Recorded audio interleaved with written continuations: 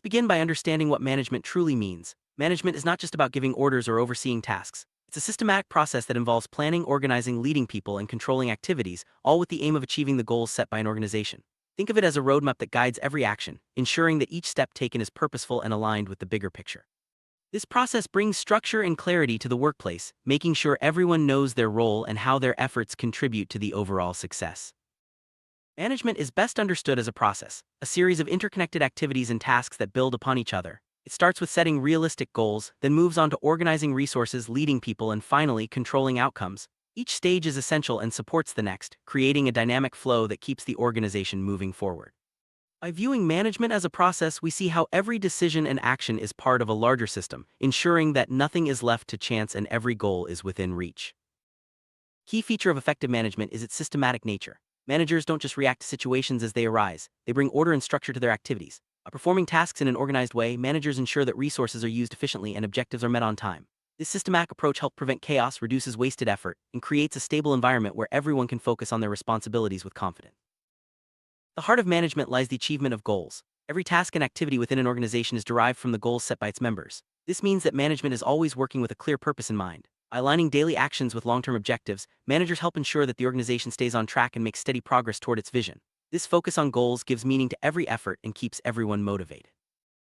Management is crucial for any organization's success. It brings together people, resources, and strategies in a way that maximizes efficiency and effectiveness. Without good management, even the best ideas can fail to materialize. Management ensures that everyone is working toward the same objectives, that resources are used wisely, and that challenges are addressed proactively. In short, it's the backbone of any thriving organization. Let's take a closer look at management as a process. It begins with defining or setting realistic goals. From there, managers organize resources, lead their teams, and finally control outcomes to ensure everything stays on track. This process is dynamic, constantly adapting to new challenges and opportunities. By following this structured approach, managers can guide their organizations through change and growth with confidence. Management isn't just a set of tasks, it's also a group of people. These individuals apply managerial functions to achieve organizational goals. They make key decisions about the company's direction, strategy, and overall development. As leaders, they inspire and guide others, shaping the culture and future of the organization. Their collective expertise and vision are what drive success and innovation. There's an art to management that goes beyond rules and procedures. It's about knowing how to find and place the right people in the right positions, communicating effectively, and motivating individuals and teams. Great managers understand the unique strengths of their team members and know how to bring out the best in everyone. This human touch is what transforms a group of employees into a high-performing team. Management is also a scientific discipline. It draws on a set of knowledge, principles, methods, techniques, and procedures. By applying these scientific tools, managers can make informed decisions, solve problems systematically, and improve organizational performance. This scientific approach ensures that management is not just based on intuition, but on proven strategies and best practices. Now let's explore the core functions of management. These include planning, organizing, leading people, and controlling. Each function plays a unique role in helping the organization achieve its goals. By mastering these functions, managers can create a balanced and effective approach to leadership, ensuring that every aspect of the organization is working together smoothly. Planning is the first and perhaps most critical function of management. It involves setting clear goals and determining the best paths to achieve them. Managers select tasks, set priorities, and arrange their implementation in a logical order. This careful planning ensures that everyone knows what needs to be done and when, reducing confusion and increasing the chances of success. Once goals are set, the next step is organizing. This means arranging company resources such as people, equipment, and finances in the most efficient way possible. Managers assign tasks to individuals or departments, ensuring that everyone has what they need to succeed. Good organization helps prevent bottlenecks and makes it easier to adapt to changes as they arise. Leading people is all about motivation and influence. Managers inspire employees to give their best effort, guiding them toward the fulfillment of plans. This involves not just telling people what to do, but also listening, supporting, and encouraging them. Effective leadership creates a positive work environment where everyone feels valued and empowered to contribute. Final function of management is control. This means collecting and evaluating information to compare actual results with planned goals. If there are any discrepancies, managers take corrective action to get things back on track. This ongoing process helps prevent problems, ensures accountability, and drives continuous improvement throughout the organization. Management is never static. It's a dynamic process that must adapt to changing circumstances, new challenges, and evolving goals. Managers need to be flexible, ready to adjust their plans and strategies as needed. This adaptability is what allows organizations to thrive in a fast-paced, ever-changing world. One of the first steps in effective management is setting realistic, achievable goals. These goals provide direction and motivation for the entire organization. By focusing on what's possible and practical, managers help their teams stay motivated and avoid frustration. Realistic goals also make it easier to measure progress and celebrate achievements along the way. Efficient organization is key to achieving goals. By arranging resources and tasks in a logical order, managers help ensure that work flows smoothly and nothing is overlooked. This careful organization reduces wasted time and effort, allowing the organization to accomplish more with less. Motivation is a powerful tool in management. When employees feel inspired and valued, they're more likely to put in their best effort. Managers can motivate their teams by recognizing achievements, providing support, and creating a positive work environment. This not only boosts productivity but also fosters loyalty and teamwork. Regular evaluation is essential for continuous improvement. Managers collect and analyze information to see how well goals are being met. This evaluation helps identify strengths and areas for improvement, guiding future actions and strategies. By making evaluation a routine part of management, organizations can stay agile and responsive. When things don't go as planned, managers must take corrective measures. This might mean adjusting strategies, reallocating resources, or providing additional training. The goal is to address problems quickly and prevent them from recurring. By being proactive, managers help keep the organization on course and moving toward its objectives. Teamwork is at the core of effective management. Managers work closely with their teams, fostering collaboration and open communication. By building strong relationships and encouraging cooperation, managers create a supportive environment where everyone can succeed together. Managers are responsible for making strategic decisions that shape the future of the organization. This involves analyzing information, weighing options, and choosing the best course of action. Strategic decision-making ensures that the organization is always moving in the right direction and prepared for whatever comes next. Effective communication is a vital skill for managers. They must be able to clearly convey expectations, provide feedback, and listen to concerns. Good communication helps prevent misunderstandings, builds trust, and ensures that everyone is working toward the same goals. Motivating teams goes beyond individual encouragement. Managers must create a sense of shared purpose and belonging. By setting clear expectations, recognizing group achievements, and fostering a positive culture, managers help teams stay engaged and committed to their work. Problem-solving is a daily part of management. Managers must identify issues, analyze their causes, and develop effective solutions. This requires creativity, critical thinking, and a willingness to take action. By addressing problems head-on, managers help keep the organization running smoothly. Great managers are always looking for ways to improve. They encourage feedback, seek out new ideas, and are open to change. This commitment to continuous improvement helps organizations stay competitive and adapt to new challenges. Delegation is an essential management skill. Managers must know how to assign tasks effectively, trusting their team members to deliver results. Good delegation frees up managers to focus on higher-level responsibilities and helps employees develop new skills.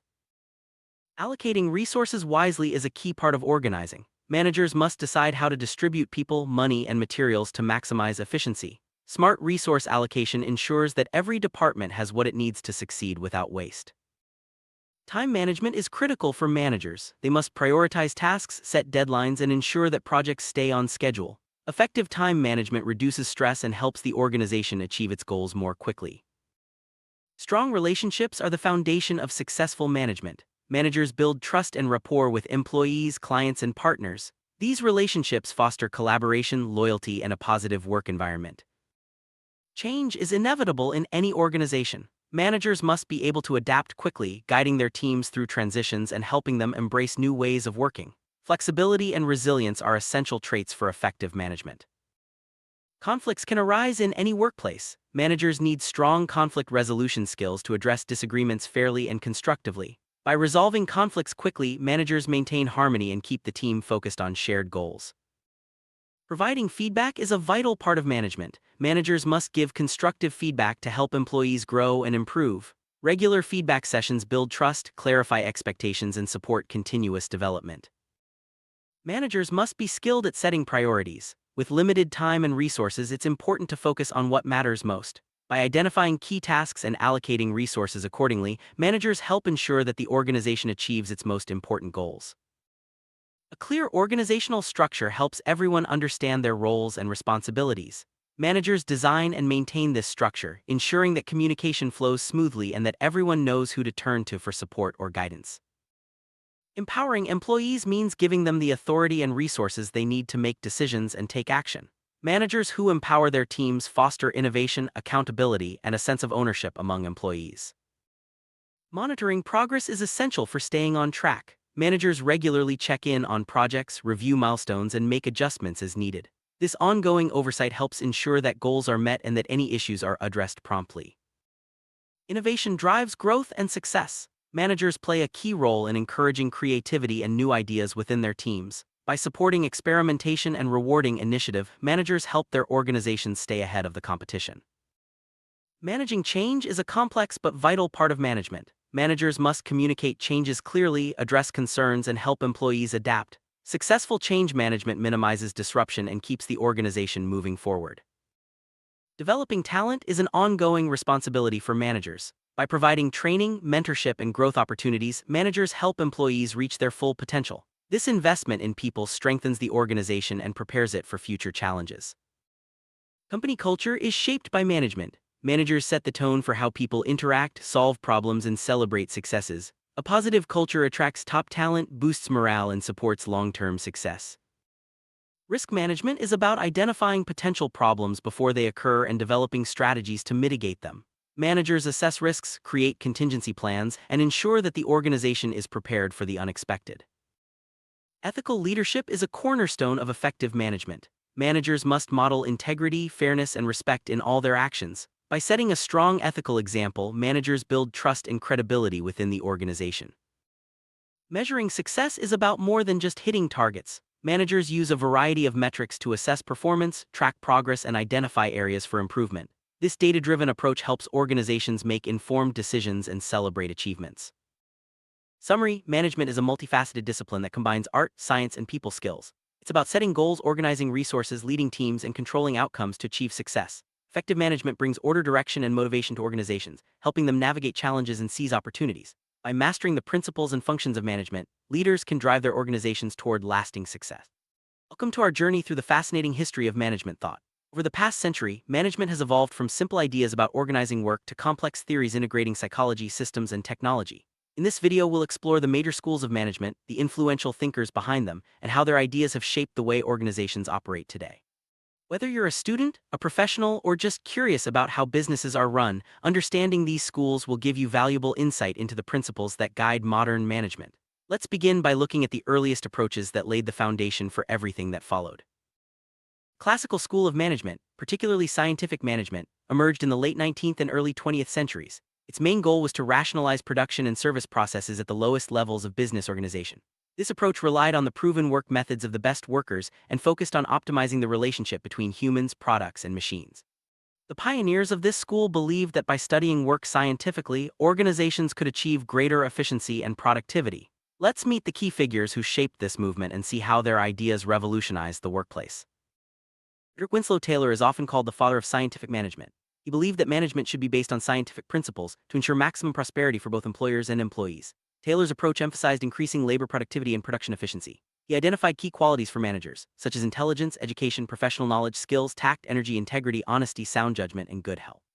Taylor's principles included developing a true science of management, scientifically selecting and developing workers, fostering cooperation between management and workers, and dividing work and responsibility appropriately. His ideas laid the groundwork for modern management practices. Taylor's scientific management introduced four key principles. First, the development of a true science of management, which meant analyzing tasks to find the best way to perform them. Second, the scientific selection and development of workers, ensuring that the right people were chosen and trained for each job. Third, friendly cooperation between management and workers, promoting harmony in the workplace. Finally, the division of work and responsibility, where managers planned and workers executed. These principles aimed to boost productivity and create a win-win situation for both employers and employees, setting a new standard for organizational efficiency. Henry Ford took Taylor's ideas further by introducing mass production, technical standardization, and the assembly line in the automotive industry. Ford divided work operations into simple tasks that could be performed by unskilled workers, making it possible to produce large quantities of products at low cost. This innovation not only transformed the car industry, but also set a new benchmark for manufacturing worldwide. Ford's approach demonstrated how scientific management principles could be applied on a massive scale, leading to greater efficiency, lower prices, and increased accessibility of products for the general public. Mosh Bada, a renowned industrialist, contributed significantly to management practices with four key tools. First, preliminary cost calculations provided immediate insight into unit production costs. Second, operational planning involved weekly plans broken down into days and shifts, ensuring smooth workflow. Third, internal accounting acted as a control tool, comparing actual costs with planned costs to identify discrepancies. Finally, employee remuneration allowed workers to know their daily earnings in advance, motivating them to perform better. Bada's methods emphasized transparency, planning, and motivation, which helped his company become a global leader in the footwear industry. Henry Gantt made a lasting impact on management with his development of daily planning methods, most notably the Gantt chart. This simple yet powerful tool allowed managers to visualize project timelines, track progress, and allocate resources efficiently. By breaking down tasks and scheduling them over time, Gantt charts helped organizations stay on track and meet deadlines. Today, Gantt charts remain a staple in project management, demonstrating the enduring value of Gantt's contributions to planning and organization. Frank Gilbreth focused on improving workplace efficiency by eliminating unnecessary movements. He carefully studied how tasks were performed and identified ways to streamline processes, reducing wasted effort and time. By analyzing each step of a job, Gilbreth helped organizations increase productivity and reduce worker fatigue. His work laid the foundation for modern ergonomics and process optimization, showing that even small changes in how work is done can have a big impact on overall efficiency. Lillian Gilbreth brought a new perspective to management by applying psychology to worker selection, placement, and the creation of a positive work environment. She recognized that understanding human behavior was key to improving productivity and job satisfaction. By focusing on the psychological needs of workers, Gilbreth helped organizations create supportive workplaces where employees could thrive. Her pioneering work in industrial psychology continues to influence human resource management and organizational development today. As organizations grew more complex, a new approach called administrative management emerged. This school of thought focused on studying organizations from the perspective of activities and managerial functions. Instead of just looking at tasks and processes, administrative theorists examined how organizations could be structured and managed more effectively. They developed principles and frameworks to guide managers in planning, organizing, leading, and controlling their team. Let's explore the key contributors to this important school of management.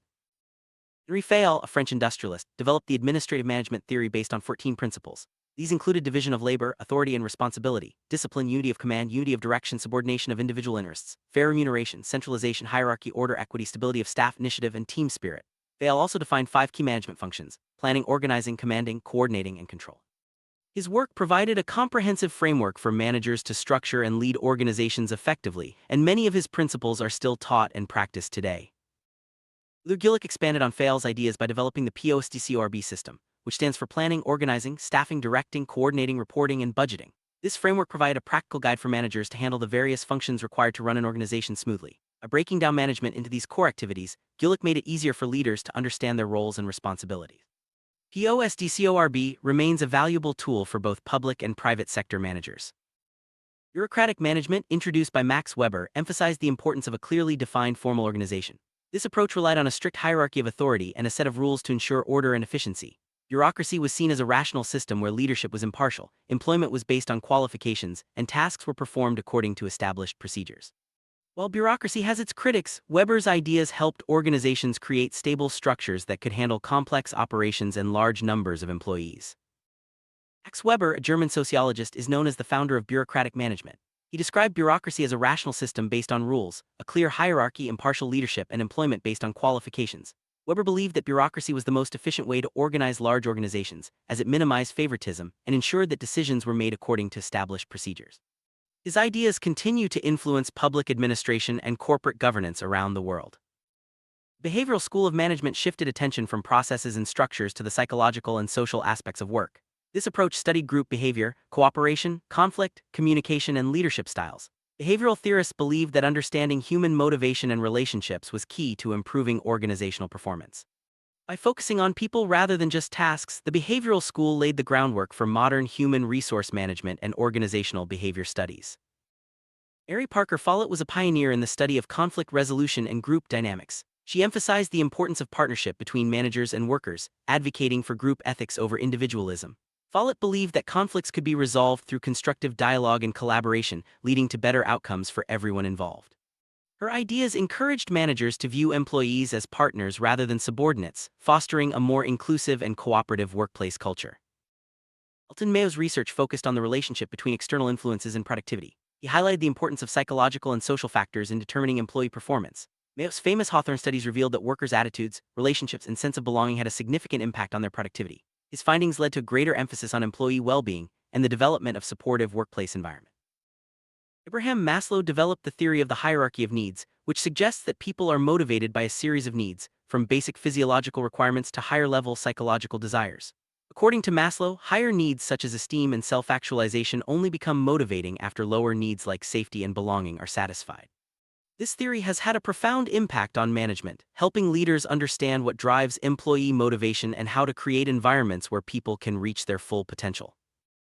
Modern School of Management integrates knowledge from various fields, including cybernetics, systems theory, and operations research. This approach recognizes that organizations are complex systems influenced by technology, information, and decision-making processes. Modern management theories introduce new ways of thinking about how organizations operate, emphasizing adaptability, innovation, and continuous improvement. Let's explore the key approaches within the modern school. Decision-making approach views organizations as systems that process information and make choices. This perspective emphasizes the importance of identifying problems, developing alternatives, and selecting the best option. Decision-making is seen as a central function of management, requiring both analytical skills and sound judgment. By focusing on how decisions are made, this approach helps managers navigate complexity and uncertainty in today's fast-paced business environment. Herbert Simon, a key figure in the decision-making approach, described organizations as decision-making systems. He outlined three main stages in the decision process: identifying problems, developing alternatives, and selecting the best solution. Simon's work highlighted the importance of rational analysis and systematic thinking in management. His ideas have influenced fields such as operations research, artificial intelligence, and organizational behavior, making decision-making a core focus of modern management. Quantitative approach applies mathematical, statistical, and operations research methods to management problems. By using data and models, managers can make more informed decisions and optimize organizational performance. This approach is especially valuable in areas like logistics, finance, and production planning. Notable representatives include Churchman and Samuelson, who helped develop tools and techniques that are widely used in business analytics today. Systems approach views organizations as total systems made up of interrelated elements, processes, and goals. This perspective emphasizes the importance of understanding how different parts of an organization interact and affect each other. By taking a holistic view, managers can identify opportunities for improvement and ensure that all components work together to achieve organizational objectives. The systems approach is especially useful in managing complexity and change. Scott defined organizations as total systems consisting of elements, processes, and goals. He emphasized that organizations are dynamic and constantly evolving, requiring managers to adapt their strategies and structures. By viewing organizations as systems, Scott encouraged leaders to consider the broader context and the interdependence of various functions. This approach has influenced fields such as organizational development, change management, and strategic planning. Empirical or pragmatic school of management is based on analyzing and generalizing practical managerial experience. Instead of relying solely on theory, this approach values lessons learned from real-world situations. Managers observe what works and what doesn't, adapting their methods accordingly. The empirical school encourages continuous learning and improvement, making it highly relevant in today's rapidly changing business environment.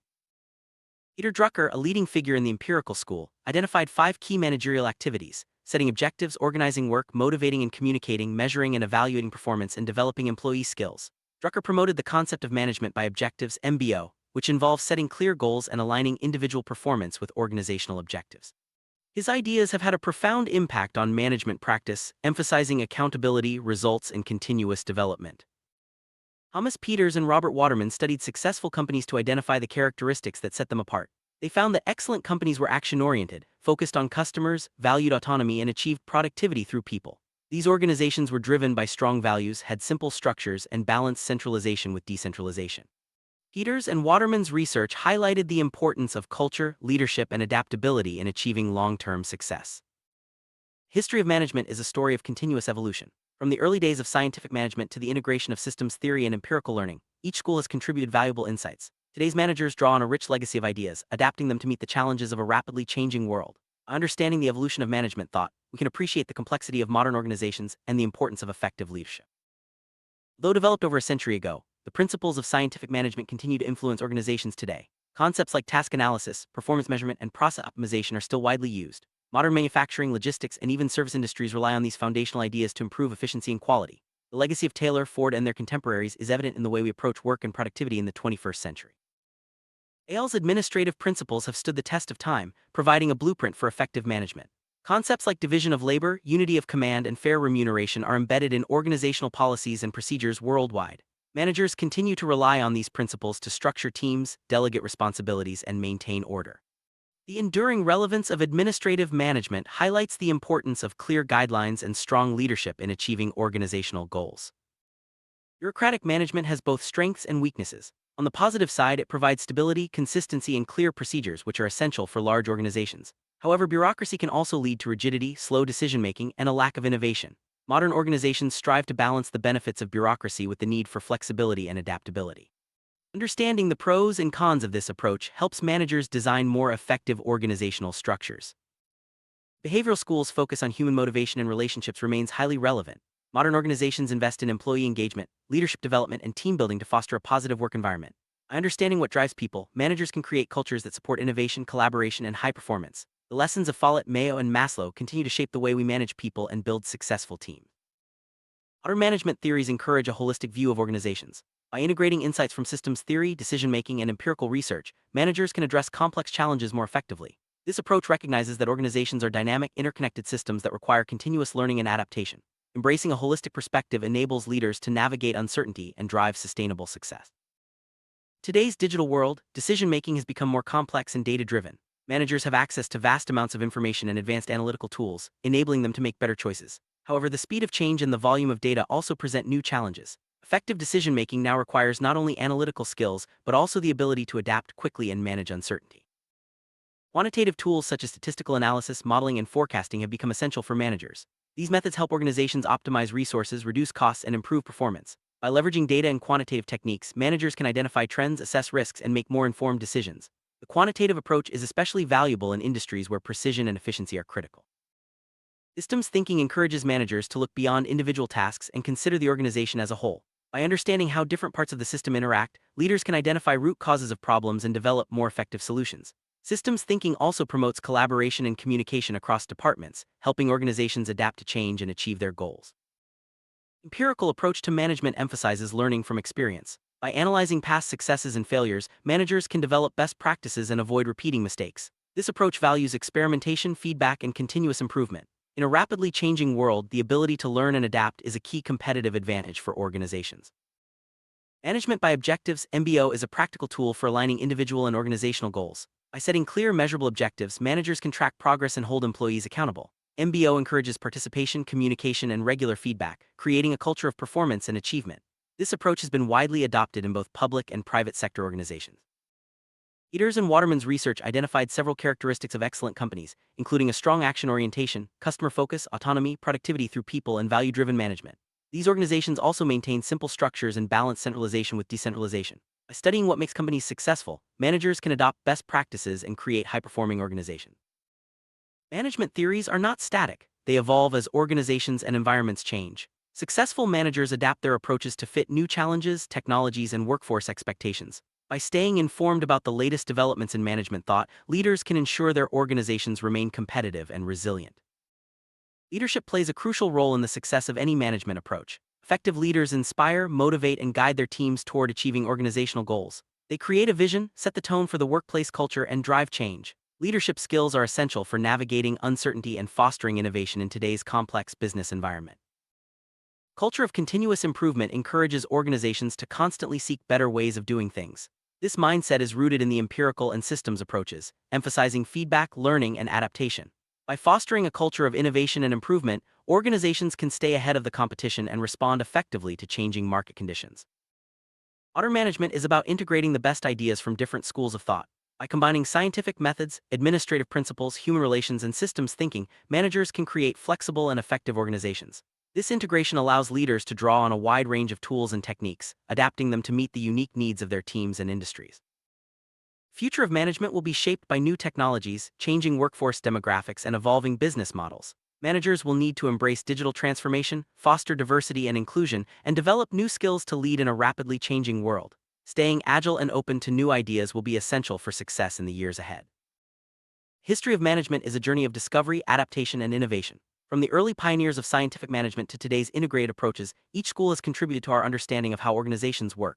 As we look to the future, the challenge for managers will be to continue learning, adapting, and leading their teams to success. Thank you for joining us on this exploration of management schools and authors. The journey of management thought is far from over, and its lessons will continue to shape organizations for generations to come. Every day, managers face choices that shape the future of their organizations. Decision-making is at the heart of management and business administration, influencing everything from planning and organizing to leading teams and controlling outcomes. Whether it's a small operational choice or a major strategic move, the ability to make sound decisions is what sets successful leaders apart. In this video, we'll explore the essentials of decision-making, its types, the process, and how to avoid common pitfalls. Let's begin by understanding why decision-making is so crucial in business environments. Decision-making is the process of choosing between two or more possible alternatives. It's not just about picking an option, but about evaluating the consequences and aligning choices with organizational goals. Managers at all levels engage in decision-making, from daily operational tasks to long-term strategic planning. This process ensures that resources are used effectively and that the organization moves in the right direction. Let's look at the different types of decisions managers encounter. Decisions in business are routine and repetitive. These are known as programmed decisions. Managers make these choices for recurring problems, often relying on established standards and procedures. Over time, programmed decisions become almost automatic, saving time and ensuring consistency. For example, approving a standard purchase order or scheduling regular maintenance are programmed decisions. They help organizations run smoothly by handling predictable situations efficiently. Not all decisions are routine. Non-programmed decisions arise in new, unpredictable, or unique situations. These choices are less structured and require managers to use judgment, creativity, and experience. For instance, launching a new product or responding to a sudden market shift involves non-programmed decisions. These decisions are critical because they often determine the organization's ability to adapt and thrive in changing environments. Strategic decision-making focuses on the long-term direction of the company. These decisions are made by top management and involve setting development goals and formulating concepts that guide the organization's future. Strategic decisions have a broad impact and often require significant resources. Examples include entering a new market or acquiring another company. The outcomes of these decisions shape the company's destiny for years to come. Tactical decision-making bridges the gap between strategy and daily operations. These decisions are derived from strategic goals and focus on selecting the best methods and means to achieve them. Typically, tactical decisions have a medium-term horizon and are made by middle management. Examples include developing a marketing campaign or optimizing production processes. Tactical decisions ensure that strategic plans are translated into effective action. Operational decision-making is all about the day-to-day running of the business. These decisions are short-term, highly repetitive, and usually made at lower management levels. Examples include scheduling shifts, handling customer complaints, or restocking supplies. Operational decisions ensure that the organization's daily activities align with tactical and strategic goals, keeping everything running smoothly. Effective decision-making involves several key elements. These include the decision goal, criteria, problem, decision-maker, object, alternatives, environmental states, methods, and process phases. Each element plays a unique role in ensuring that decisions are well-informed and aligned with organizational objectives. Understanding these elements helps managers structure their approach and make better choices. Decision goal is the desired future state that the organization aims to achieve. It's the most important factor in effective decision-making because it provides direction and purpose. Clearly defined goals help managers evaluate alternatives and choose the best course of action. Without a clear goal, decision-making can become unfocused and ineffective. Decision criteria are the standards used to evaluate different alternatives. These criteria are derived from the defined goals and must be measurable and controllable. By setting clear criteria, managers can objectively compare options and select the one that best meets the organization's needs. This step is essential for making rational and effective decisions. Decision problem arises when there's a gap between the current state and the desired state of the system. Identifying the problem accurately is crucial, as it sets the stage for the entire decision-making process. Managers must analyze the situation, understand the root causes, and define the problem clearly before moving forward. The decision maker, or subject, is the individual manager or group with the authority to make choices. Their experience, knowledge, and judgment play a significant role in the quality of decisions. Involving the right people ensures that decisions are well-informed and accepted by the organization. The decision object refers to the problem itself and the set of possible solution alternatives. It's what the decision maker is trying to resolve. Clearly defining the object helps focus the decision-making process and ensures that all relevant options are considered.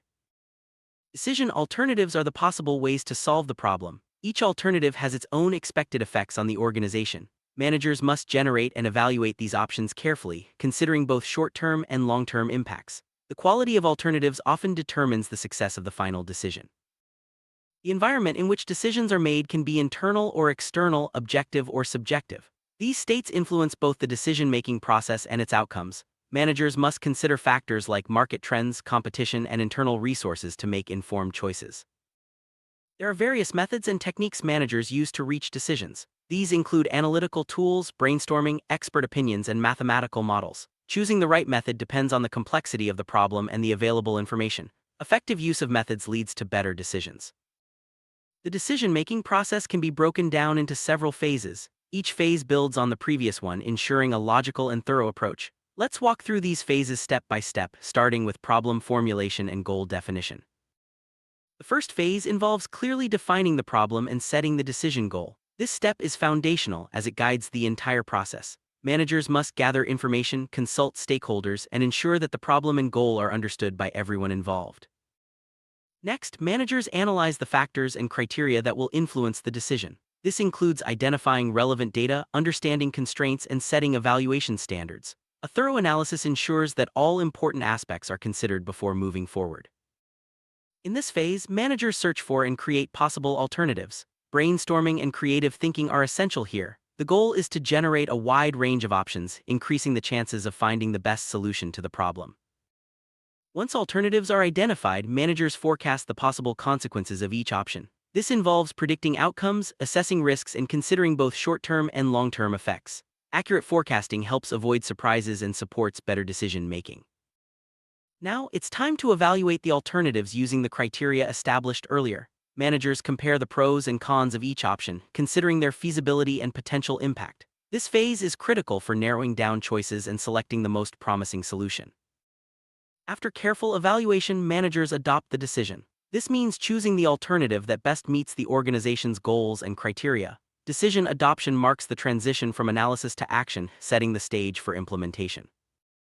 The final phase involves formulating a plan to implement the chosen decision. Managers outline the steps, allocate resources, and assign responsibilities.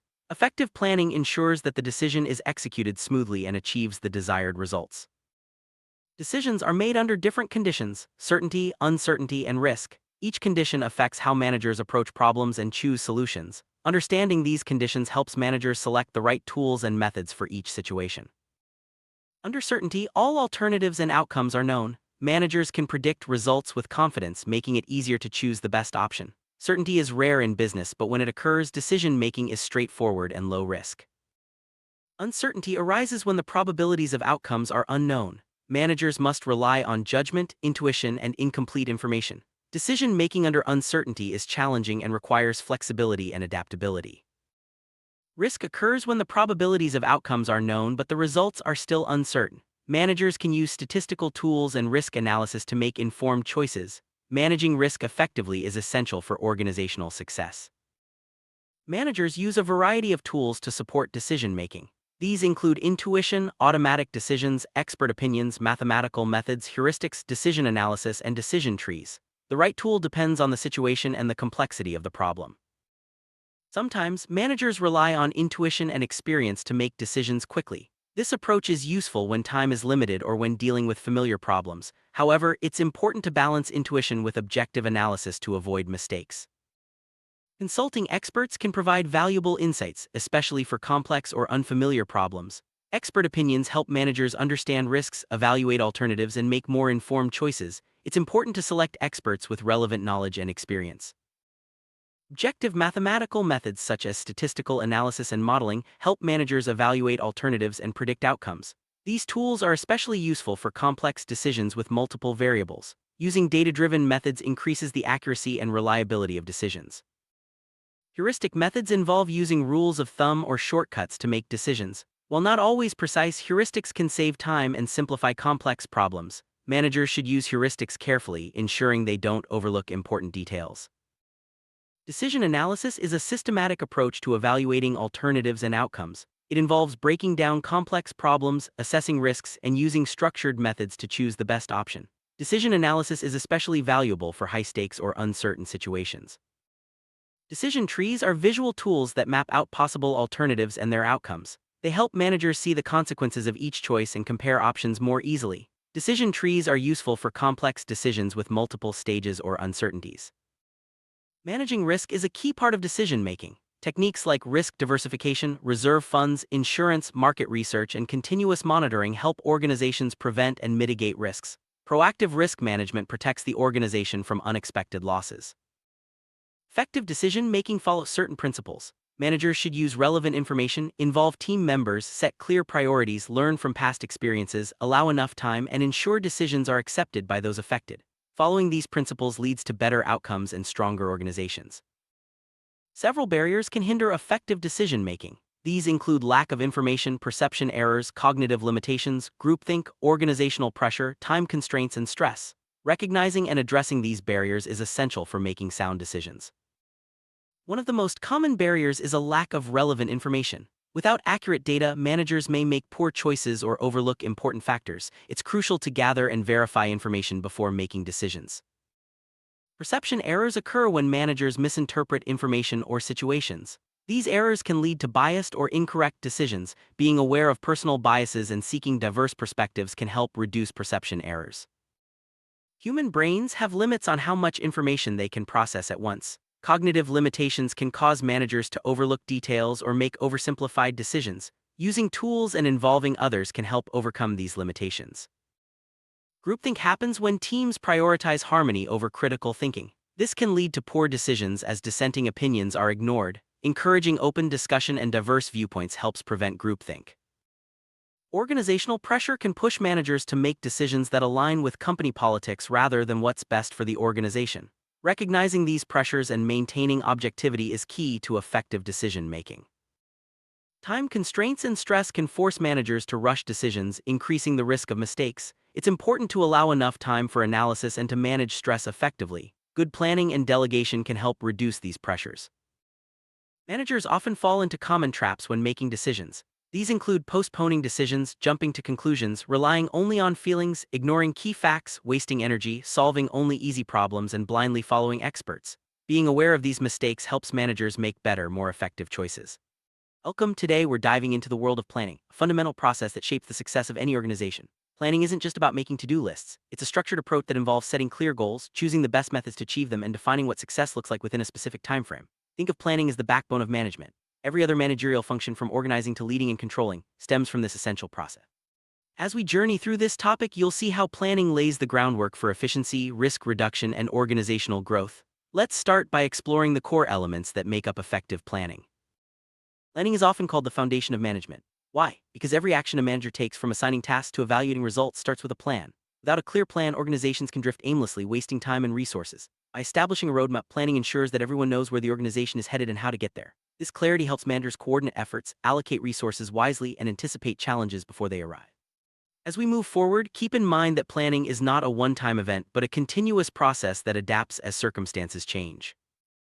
Let's break down the key elements of planning. Every effective plan is built on four main components: goals, the plan itself, tasks, and control. Each element plays a unique role in guiding an organization toward its desired future. Goals define what you want to achieve. The plan outlines the steps and resources needed. Tasks break the plan into actionable pieces, and control ensures everything stays on track.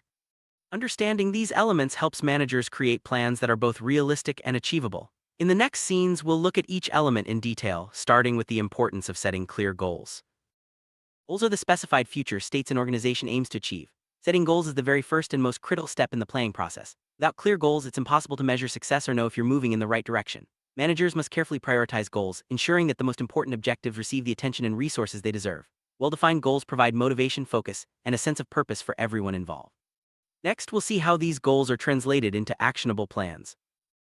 Once goals are set, the next step is to build a plan. A plan is more than just a list of tasks. It's a detailed blueprint that explains how each goal will be achieved. This includes outlining the procedures, selecting the right methods, and identifying the resources needed. A good plan considers potential obstacles and includes backup strategies. By thinking through the details in advance, managers can avoid surprises and keep the organization moving steadily toward its objective. Now let's see how tasks fit into this process. Tasks are the building blocks of any plan. They break down big goals into manageable pieces, making it easier for teams to take action. Managers delegate tasks, assigning responsibility and authority to the right people. This not only distributes the workload but also empowers employees to contribute their skills and ideas. Effective task assignment requires clear communication and motivation, ensuring everyone understands their role and feels invested in the plan's success. Next, we'll discuss how control mechanisms help keep everything on track. Control is the final element of planning and plays a crucial role in ensuring that plans are executed as intended. It involves setting standards for performance, monitoring progress, and evaluating results. If something isn't going according to plan, control mechanisms help managers identify issues early and make necessary adjustments. This continuous feedback loop keeps the organization aligned with its goals and allows for quick responses to unexpected challenges. Let's now explore why planning is so important for organizational success. Planning is more than just a managerial duty. It's a powerful tool that drives organizational success. When done well, planning increases efficiency, reduces risk, and helps organizations adapt to change. It brings people together, aligns their efforts, and ensures that everyone is working toward the same objectives. In the following scenes, we'll take a closer look at the specific benefits of planning, starting with how it boosts efficiency across all activities. One of the biggest advantages of planning is increased efficiency. When goals are clearly defined and the best ways to achieve them are chosen, everyone knows exactly what to do and when to do it. Resources are used optimally, tasks are assigned appropriately, and control standards are in place to measure progress. This organized approach minimizes wasted effort and helps teams accomplish more in less time. Next, let's see how planning helps organizations manage and reduce risk. Planning allows organizations to identify potential risks before they become problems. By thinking ahead, managers can prepare for uncertainties and develop strategies to eliminate or minimize risks. This proactive approach makes it easier to respond flexibly to unexpected changes, whether they're internal or external. With a solid plan in place, organizations can face challenges with confidence, knowing they have contingency measures ready. Now let's look at how planning supports successful organizational change. Change is inevitable in any organization, but successful change doesn't happen by accident. Planning is essential for managing change effectively. It allows leaders to define what changes are needed, set clear objectives, and map out the steps required for implementation. Without a plan, change efforts can become chaotic and meet resistance. With a well-thought-out plan, everyone understands the reasons for change and how it will be achieved, making the transition smoother and more successful. Next, we'll see how planning helps integrate efforts across the organization. Planning brings people together by coordinating partial goals and aligning the behavior of different organizational units. When everyone understands the overall plan and their role within it, collaboration improves and conflicts are minimized. This integration of effort ensures that resources are used efficiently and that all parts of the organization are moving in the same direction. As a result, performance improves and the organization is better positioned to achieve its goal. Let's now explore how planning contributes to the development of managers. Planning isn't just about organizational success, it's also a valuable tool for developing managers. The planning process forces managers to think systematically about both present actions and future outcomes. This encourages them to make decisions based on long-term goals rather than short-term fixes. As managers become more skilled at planning, they gain confidence, improve their problem-solving abilities, and become better leaders. In the next scenes, we'll look at practical steps for effective planning. First step in effective planning is to set clear, specific goals. These goals should be realistic, measurable, and aligned with the organization's mission. When everyone understands what needs to be achieved, it's easier to stay focused and motivated. Take time to prioritize goals, ensuring that the most important objectives are addressed first. This clarity will guide every decision and action that follows. Next, we'll discuss how to develop a detailed plan to achieve these goals. Goals in place, the next step is to develop a comprehensive plan. This involves outlining the steps needed to reach each goal, identifying required resources, and setting deadlines. A good plan also considers potential obstacles and includes strategies for overcoming them. By thinking through the details in advance, managers can avoid surprises and keep the team on track. In the following scene, we'll look at how to assign tasks effectively. Assigning tasks is a critical part of turning plans into action. Managers must delegate responsibilities to the right people, making sure each team member understands their role. Clear communication is key. Everyone should know what's expected of them and how their work contributes to the overall plan. Motivating employees and providing support helps ensure that tasks are completed on time and to the required standard. Next, we'll discuss how to establish control mechanisms.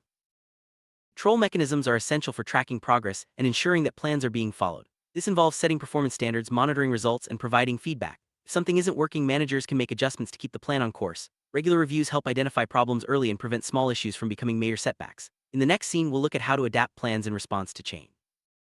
No plan is perfect, and unexpected changes are bound to happen. Effective planning includes the flexibility to adapt when circumstances shift. This might mean revising goals, reallocating resources, or changing strategies. The key is to stay focused on the overall objectives while being open to new solutions. By regularly reviewing and updating plans, organizations can stay resilient and responsive in a fast-changing world. Next, we'll discuss the importance of communication in the planning process. Plan is only effective if everyone understands it. Clear communication ensures that all team members know their roles, responsibilities, and the overall objectives. Managers should share the plan openly, answer questions, and encourage feedback. This transparency builds trust and helps everyone stay aligned. When people feel informed and involved, they're more likely to be committed to the plan's success. Next, we'll look at how to monitor progress and celebrate achievement. Monitoring progress is a continuous part of the planning process. Managers should track key performance indicators, compare actual results to planned objectives, and identify any gaps. Regular check-ins help keep everyone accountable and provide opportunities to recognize achievements. When progress is celebrated, it boosts morale and motivates the team to keep pushing forward. In the next scene, we'll discuss how to learn from setbacks and improve future plans. Setbacks are a natural part of any plan. Instead of seeing them as failures, treat them as learning opportunities. Analyze what went wrong, identify the root causes, and make adjustments to prevent similar issues in the future. This continuous improvement mindset helps organizations grow stronger and more resilient over time. By learning from mistakes, managers can create better plans and achieve greater success in the long run. Next, we'll explore the role of technology in modern planning. Technology has transformed the way organizations plan. Digital tools make it easier to set goals, assign tasks, monitor progress, and communicate with teams. Project management software, data analytics, and collaboration platforms streamline the planning process and provide real-time insights. By leveraging technology, managers can make more informed decisions and respond quickly to changes. In the following scenes, we'll look at common planning challenges and how to overcome them. Even the best plans can face obstacles. Common challenges include unclear goals, lack of resources, poor communication, and resistance to change. Sometimes unexpected events force organizations to rethink their strategies. The key to overcoming these challenges is to stay flexible, communicate openly, and involve the whole team in finding solutions. By anticipating potential problems and preparing for them, managers can keep plans on track and achieve their objective. Next, we'll discuss the importance of reviewing and updating plans regularly. Planning is not a one-time activity. Regular reviews are essential to ensure that plans remain relevant and effective. Managers should schedule periodic check-ins to assess progress, evaluate results, and make necessary adjustments. This ongoing process helps organizations stay agile and responsive to new opportunities or challenges. By keeping plans up to date, managers can ensure that everyone stays focused on the most important goal. In the next scene, we'll look at the role of feedback in planning. Feedback is a vital part of the planning process. It provides valuable information about what's working and what needs improvement. Managers should encourage open communication, listen to team members, and use feedback to refine plans. Constructive feedback helps identify blind spots, uncover new ideas, and build a culture of continuous improvement. By acting on feedback, organizations can adapt quickly and achieve better results. Next, we'll explore how to align individual and organizational goals. Aligning individual and organizational goals is crucial for success. When personal objectives match the organization's mission, employees are more motivated and engaged. Managers should take time to understand team members' aspirations and find ways to connect them with broader goals. This alignment fosters a sense of purpose and commitment, leading to higher performance and job satisfaction. In the next scene, we'll discuss the importance of resource allocation and planning. Effective planning requires careful allocation of resources. This includes time, money, people, and materials. Managers must ensure that resources are distributed where they're needed most to achieve the organization's goals. Prioritizing resource allocation helps avoid bottlenecks and ensures that critical tasks are completed on schedule. By monitoring resource use, managers can make adjustments as needed and prevent waste. Next, we'll look at how to set realistic timelines and plan. Timelines are an essential part of any plan. Setting realistic deadlines helps keep projects on track and ensures that goals are achieved within the desired timeframe. Managers should consider the complexity of tasks, available resources, and potential obstacles when creating timelines. Regularly reviewing progress against deadlines allows for timely adjustments and keeps everyone accountable. In the next scene, we'll discuss the importance of prioritizing tasks. Not all tasks are equally important. Prioritizing tasks helps managers focus on what matters most and allocate resources accordingly. Use tools like priority matrices or to-do lists to rank tasks by urgency and impact. By tackling high-priority items first, teams can make steady progress toward their goals and avoid getting bogged down by less important work. Next, we'll look at how to manage dependencies between tasks. Many tasks depend on the completion of others. Managing these dependencies is crucial for smooth project execution. Managers should identify which tasks are linked and plan their order accordingly. Clear communication and regular updates help prevent delays and ensure that everyone knows when their work is needed. By mapping out dependencies, teams can coordinate efforts and avoid bottlenecks. In the next scene, we'll discuss how to handle unexpected obstacles. Obstacles are a normal part of any project. The key is to anticipate potential problems and have strategies in place to address them. Managers should encourage team members to share concerns early and work together to find solutions. Flexibility and creative thinking are essential for overcoming challenges and keeping the plan on track. By learning from obstacles, organizations can improve their planning processes for future projects. Next, we'll look at the role of leadership in planning.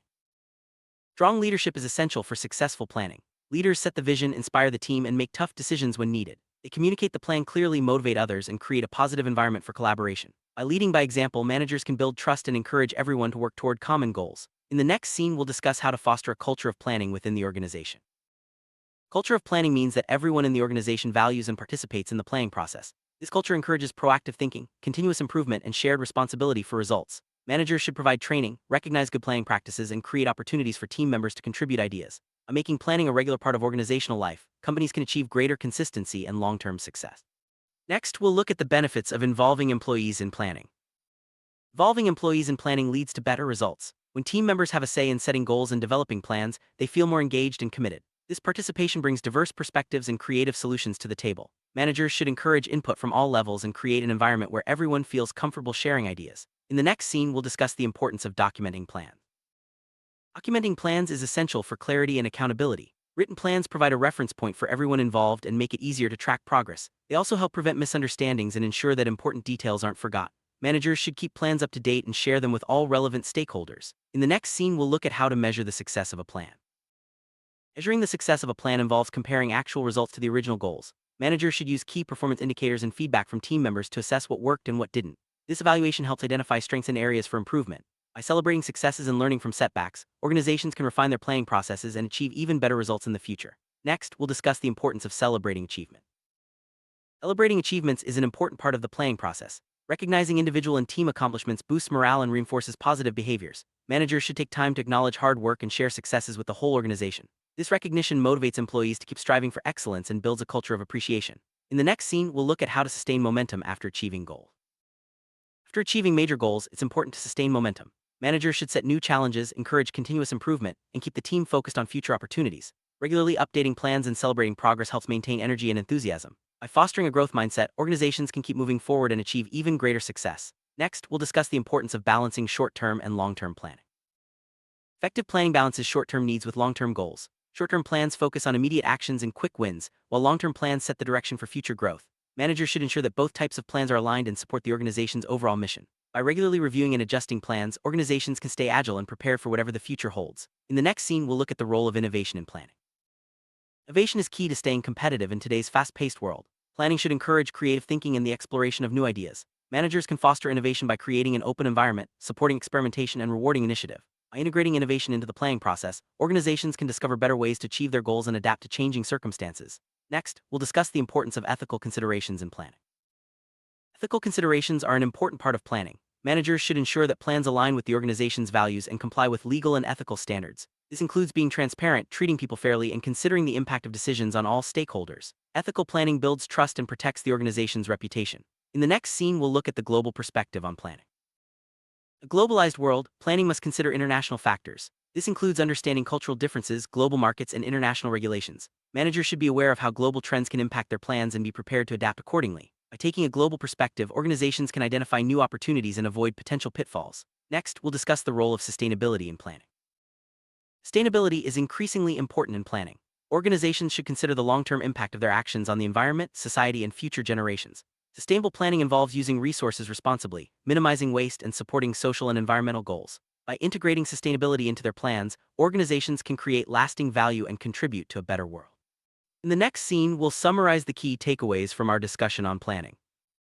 Wrap up: planning is the foundation of effective management. It involves setting clear goals, developing detailed plans, assigning tasks, and establishing control mechanisms. Good planning increases efficiency, reduces risk, and supports organizational change. It also helps integrate efforts, develop managers, and promote continuous improvement. By embracing planning as an ongoing process, organizations can achieve their objectives and adapt to a changing world. In our final scene, we'll look at how you can apply these principles in your own work. Now that you understand the essentials of planning, it's time to put these principles into action. Start by setting clear goals, developing a detailed plan, assigning tasks, and monitoring progress. Remember to stay flexible, communicate openly, and involve your team in the process. By making planning a regular habit, you'll be better prepared to tackle challenges, seize opportunities, and achieve lasting success. Thank you for joining us on this journey through the world of planning. Let's begin by understanding what organizing truly means in a business context. Organizing is the process of arranging resources within a company so that organizational goals can be achieved efficiently. It's not just about putting things in order, it's about structuring people, tasks, and resources in a way that drives the company forward. The result of this process is what we call an organization, a system where every part works together towards common objectives. By organizing well, companies can make better use of their resources, streamline operations, and ultimately reach their goals more effectively. This foundational step sets the stage for everything else a business does. The term organization can be understood in three distinct ways. First, it refers to the company as a whole, the entire entity working together. Second, it describes the level of order within the company, highlighting how structured and systematic the operations are. Third, it's seen as an activity, specifically the act of organizing itself. Recognizing these three meanings helps us appreciate the complexity and importance of organizing in business. Whether we're talking about the company, its internal order, or the ongoing process, organization is at the heart of effective management. How do companies invest time and effort into organizing? The main purpose is to increase the level of management by enabling better use of resources. When resources such as people, equipment, and information are arranged thoughtfully, managers can make smarter decisions and respond more quickly to challenges. This leads to improved productivity, clearer communication, and a stronger ability to achieve company goals. In essence, organizing is about making sure every resource is in the right place at the right time, ready to contribute to success. Organizational process is a series of steps that help companies turn their plans into reality. It starts with reflecting on company plans and goals, ensuring everyone understands what needs to be achieved. Next, main tasks are defined, breaking down big objectives into manageable pieces. These tasks are then divided into subtasks, making it easier to assign responsibilities and track progress. Resources and equipment are allocated to each subtask, ensuring teams have what they need to succeed. Finally, the results of business activities are evaluated, allowing for continuous improvement and adaptation. Every organizational process begins with a clear understanding of the company's plans and goals. This reflection ensures that everyone is aligned and moving in the same direction. By taking the time to clarify what the company wants to achieve, managers can set priorities, allocate resources wisely, and motivate teams with a shared sense of purpose. This step is crucial because it lays the groundwork for all subsequent organizing activities, making sure that every action taken supports the company's overall mission. Once goals are clear, the next step is to define the main tasks required to achieve them.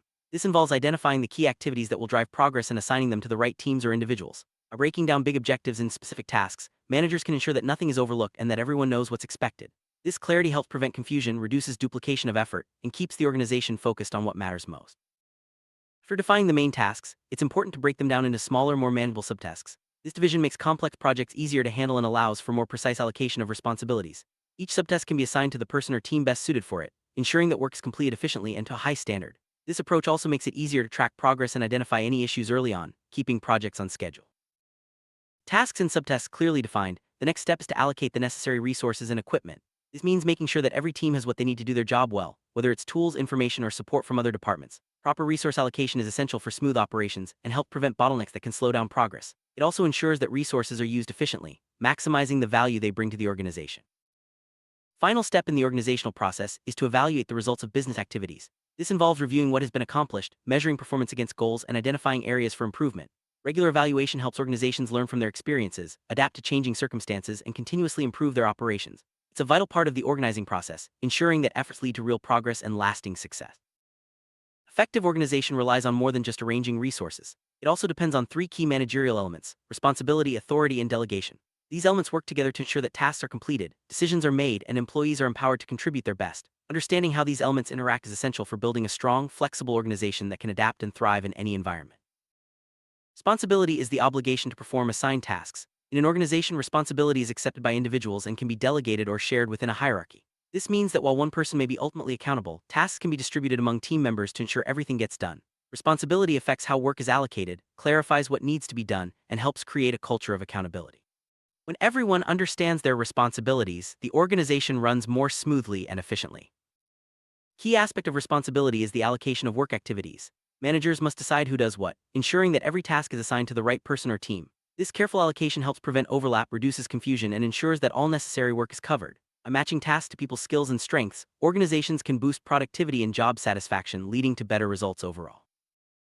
Clarification of work activities is another important part of responsibility. This means making sure that everyone knows exactly what is expected of them, what their tasks involve, and how their work fits into the bigger picture. Clear communication reduces misunderstandings and helps teams work together more effectively. When roles and responsibilities are well defined, employees feel more confident and motivated to do their best.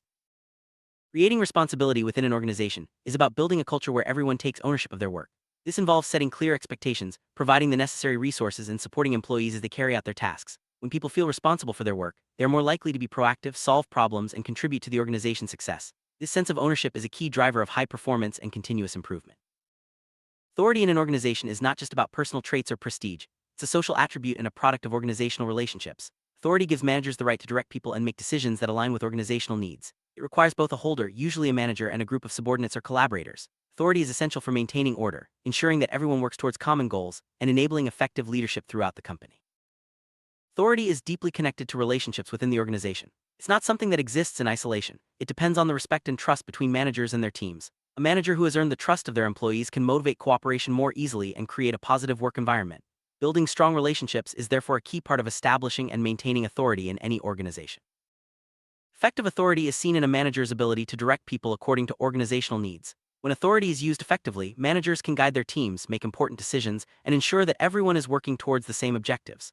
This ability to direct and coordinate efforts is what keeps organizations running smoothly and helps them adapt to new challenges as they arise.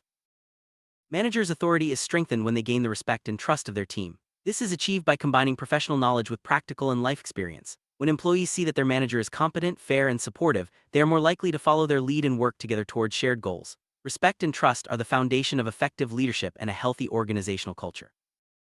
Maintaining authority requires ongoing effort. Managers must continue to demonstrate their expertise, make fair decisions, and support their teams. By staying engaged and responsive to employees' needs, managers can preserve their authority and keep their teams motivated. This ongoing commitment to leadership is essential for long-term organizational success. There are three main types of authority in organizations: line authority, staff authority, and functional authority. Each type plays a unique role in how decisions are made and how work is coordinated. Understanding these different types helps managers use their authority more effectively and ensures that everyone knows who is responsible for what within the organization. Line authority is the right to make decisions and give orders to subordinates. This type of authority is typically held by managers who are directly responsible for achieving organizational goals. Line authority ensures that there is a clear chain of command, making it easier to coordinate activities and maintain discipline within the organization. It's the backbone of most organizational structures. Staff authority is the right to advise and assist those who hold line authority. Staff members typically provide specialized expertise or support, helping line managers make better decisions. While staff authority does not include the power to give direct orders, it plays a crucial role in ensuring that the organization has access to the knowledge and resources needed to succeed. Functional authority is the right to give orders in specific areas or functions, even to people outside one's direct line of command. This type of authority is often granted to specialists who oversee particular processes or projects. Functional authority helps ensure that specialized tasks are carried out correctly and consistently across the organization, supporting overall efficiency and effectiveness. Delegation is the process of assigning responsibility and authority to others so that tasks can be completed efficiently. Effective delegation allows managers to focus on higher-level activities while empowering employees to take ownership of their work. This not only increases productivity but also helps develop employees' skills and confidence, preparing them for future leadership roles. Delegation offers several key benefits for organizations. It frees up managers' time for strategic planning, increases employee engagement, and fosters a culture of trust and collaboration.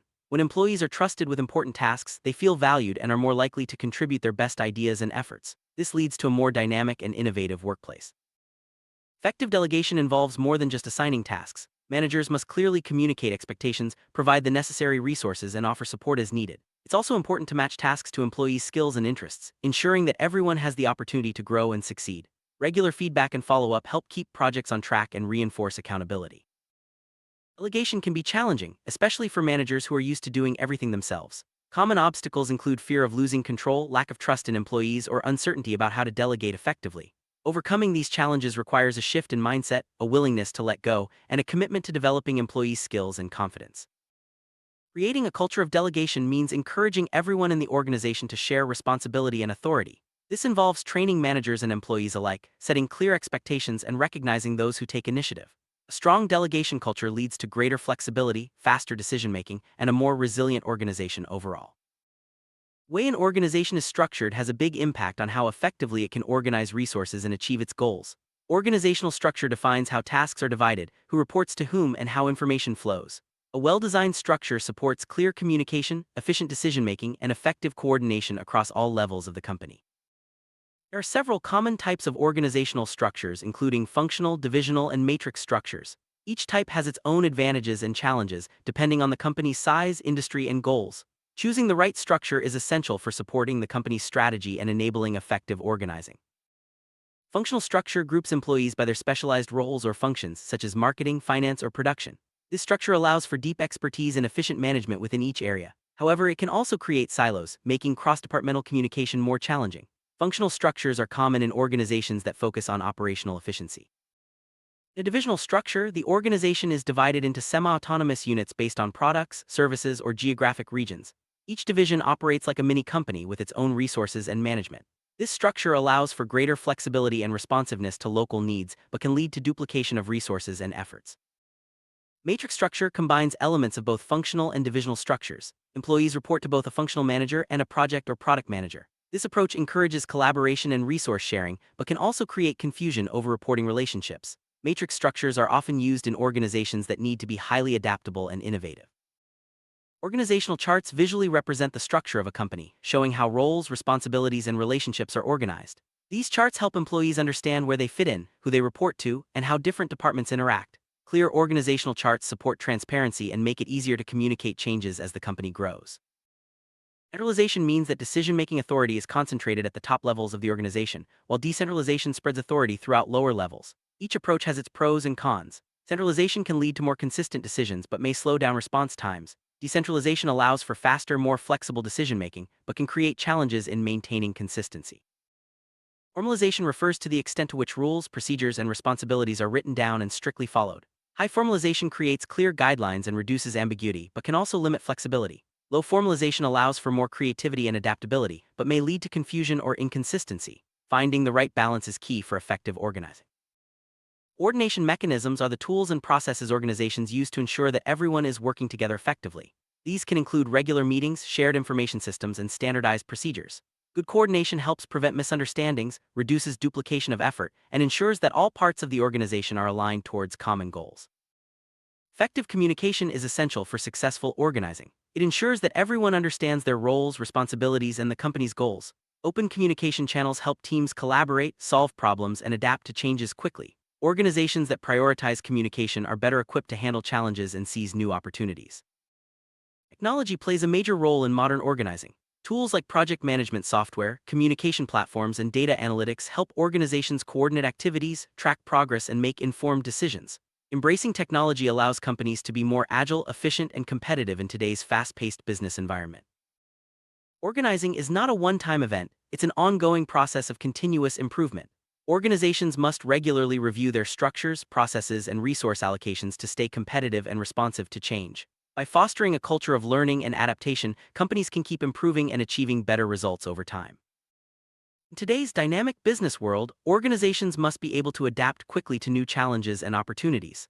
Flexible organizing structures, open communication, and a willingness to innovate are all essential for staying ahead. Companies that embrace change are more likely to thrive and achieve long-term success. Empowering employees means giving them the authority, resources, and support they need to take initiative and make decisions. This approach leads to higher engagement, greater innovation, and a stronger sense of ownership. Empowered employees are more likely to go above and beyond, driving the organization towards its goals. To ensure that organizing efforts are successful, organizations must measure their effectiveness. This involves tracking key performance indicators, gathering feedback from employees, and analyzing outcomes. Regular measurement helps identify strengths and areas for improvement, guiding future organizing efforts and supporting continuous growth. As organizations look to the future, they must be prepared to adapt their organizing strategies to meet new challenges. This means staying informed about industry trends, investing in employee development, and embracing new technologies. By remaining flexible and forward-thinking, companies can ensure their organizing efforts continue to drive success. Summary: organizing is a vital process that helps companies arrange their resources, clarify responsibilities, and achieve their goals. By understanding the key elements of organizing, responsibility, authority, and delegation, and applying them effectively, organizations can build strong, adaptable structures that support long-term success. Continuous improvement, open communication, and a commitment to empowerment ensure that organizing remains a powerful tool for any business.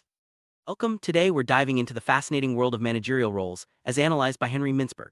Mintzberg's research revealed that managers' days are filled with constant interruptions and a variety of tasks. To make sense of this complexity, he categorized their activities into distinct roles. Understanding these roles helps us appreciate the multifaceted nature of management and the skills required to succeed. We'll also explore the concept of motivation and how it drives behavior in the workplace. Let's start by understanding what a managerial role really means and why it's so important in any organization. Role in the context of management is more than just a job title. It's a system of interconnected and observable behaviors that are associated with a particular profession or position.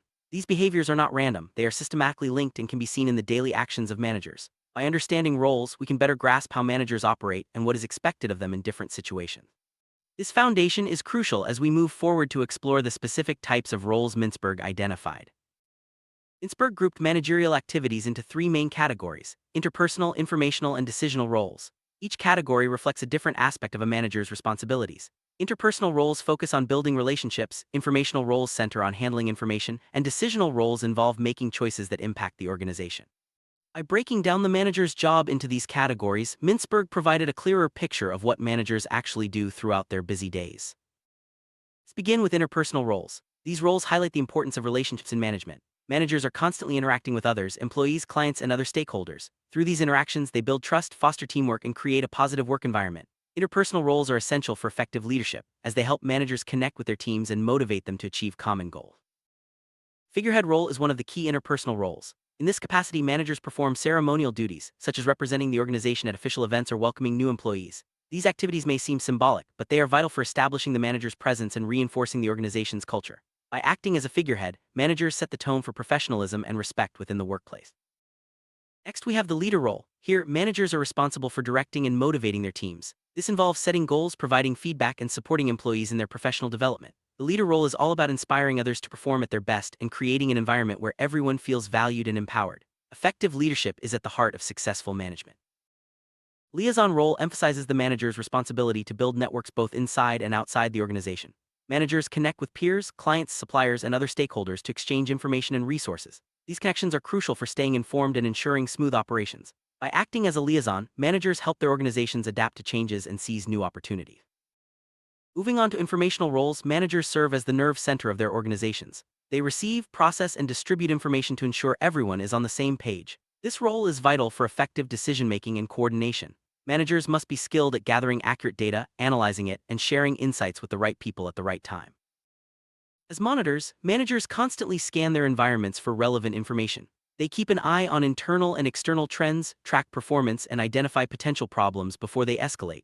This proactive approach allows managers to stay ahead of the curve and make informed decisions that benefit the organization. In the disseminator role, managers share important information with their teams and other stakeholders. They ensure that everyone has access to the knowledge they need to do their jobs effectively. Clear communication is key here, as it helps prevent misunderstandings and keeps everyone aligned with the organization's goals. As spokespersons, managers represent their organizations to the outside world. They communicate with the media, investors, and the public, sharing updates and promoting the company's image. This role requires strong communication skills and the ability to present information in a clear and positive manner. Now, let's explore decisional roles. These roles are all about making choices that shape the future of the organization. Managers must weigh options, allocate resources, and solve problems. The decisions they make can have a significant impact on whether the organization achieves its goals. In the entrepreneur role, managers initiate and oversee new projects or improvements. They look for opportunities to innovate and drive change within the organization. This role requires creativity, risk-taking, and the ability to turn ideas into action. As disturbance handlers, managers address unexpected problems and crises. They must remain calm under pressure and find solutions quickly. This role is essential for maintaining stability and ensuring that the organization can overcome challenges.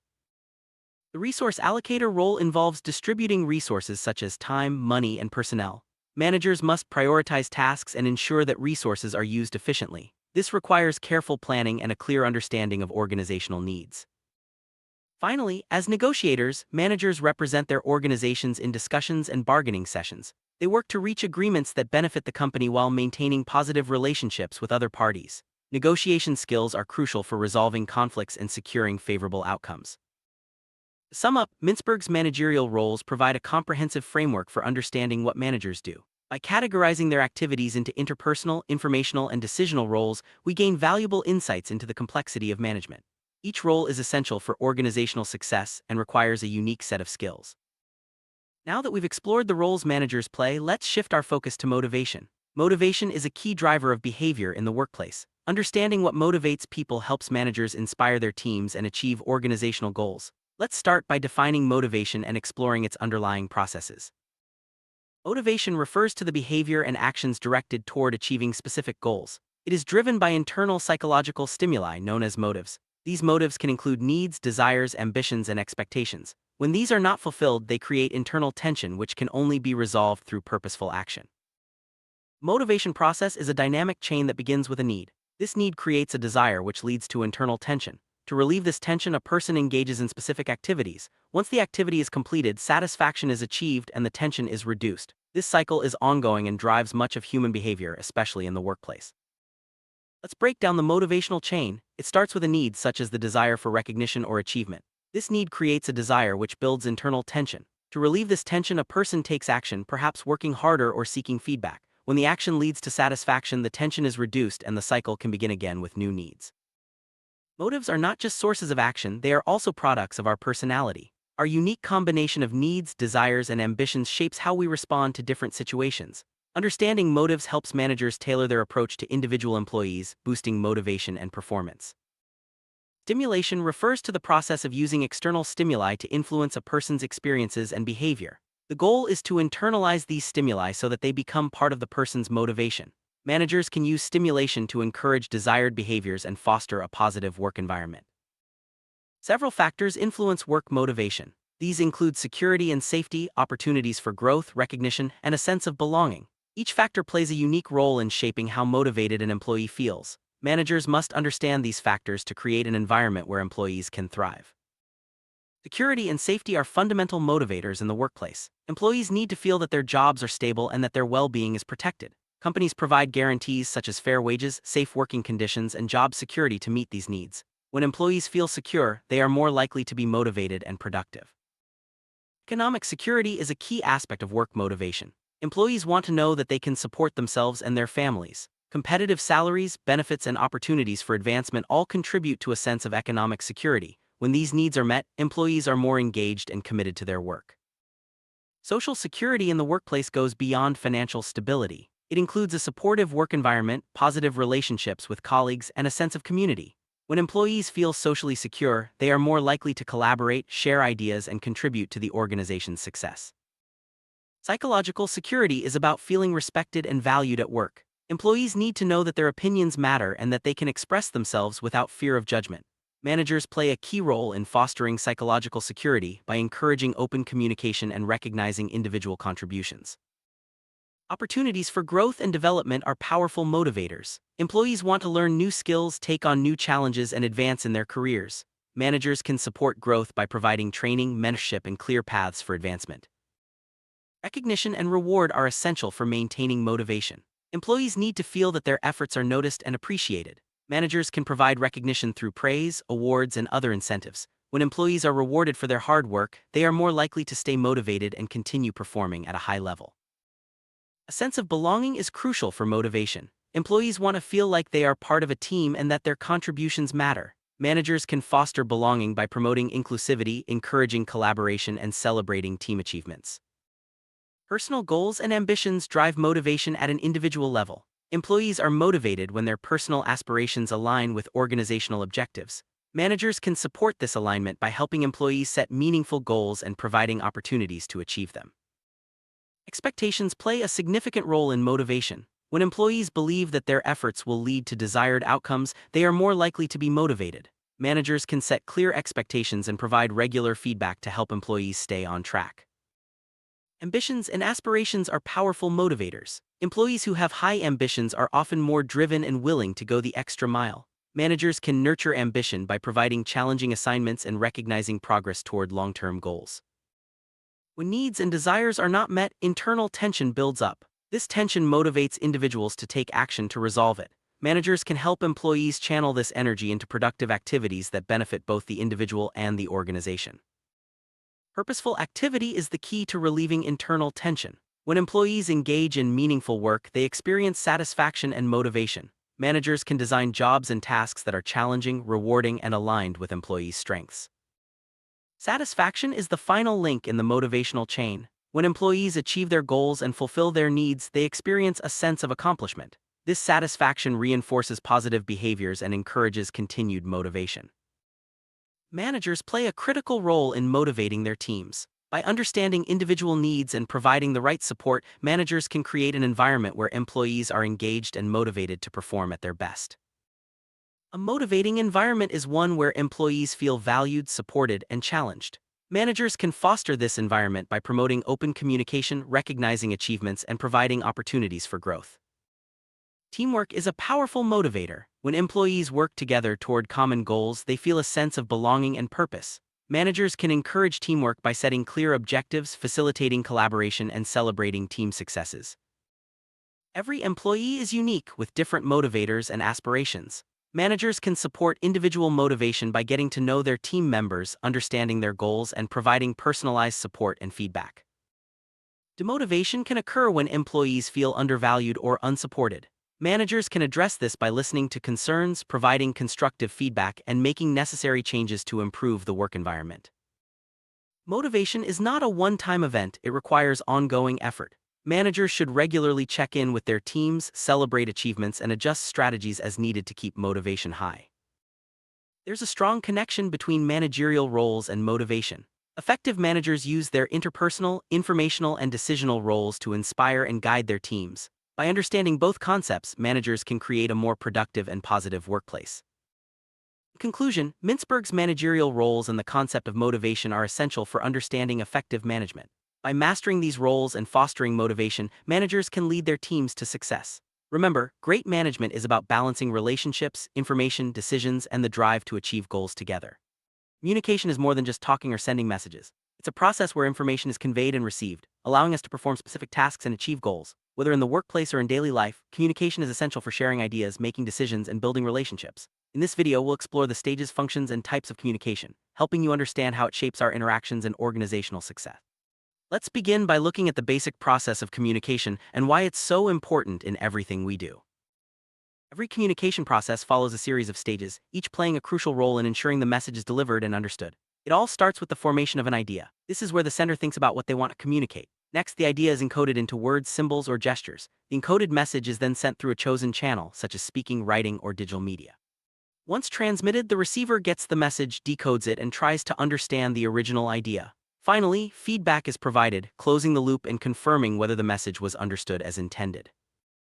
First stage in communication is the formation of an idea. This is where everything begins. The sender identifies what needs to be shared, whether it's information, a question, or an emotion.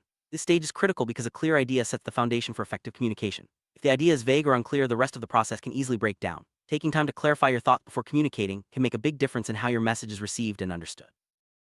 Once the idea is formed, the next step is encoding. This means translating your thoughts into a form that can be shared with others. Encoding can involve choosing the right words, gestures, or even images to express your message. The way you encode your idea depends on your audience and the context. For example, you might use technical language with colleagues but simpler terms with clients. Effective encoding ensures your message is clear and tailored to your receiver. After encoding, it's time to send the message. This involves selecting the appropriate channel or medium, such as speaking face-to-face, sending an email, or making a phone call. The choice of channel can impact how your message is perceived. For instance, complex or sensitive topics are often better discussed in person, while routine updates may be sent via email. The sender must also consider timing and the receiver's availability to ensure the message is delivered effectively. Transmission channel is the path the message takes from sender to receiver. Channels can be verbal, like conversations and phone calls, or nonverbal, such as body language and written notes. In today's world, digital channels like emails, instant messaging, and video calls are increasingly common. Each channel has its strengths and limitations, so choosing the right one is key to successful communication. Consider the nature of your message and the preferences of your audience when selecting a channel. Once the message is sent, the receiver must receive it.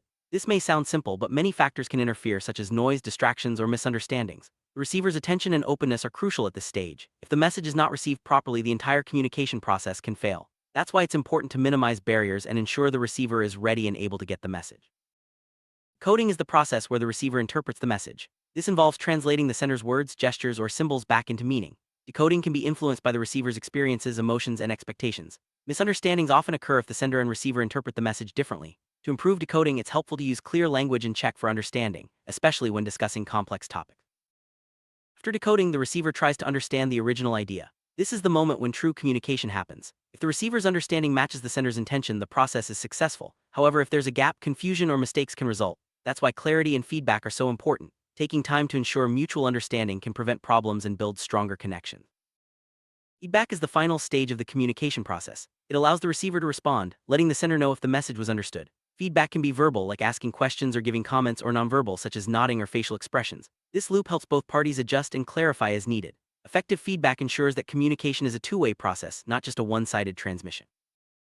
Communication serves several important functions in any organization. It provides information for decision-making, motivates employees to achieve company goals, controls activities to ensure everything runs smoothly, and allows people to express feelings and emotions.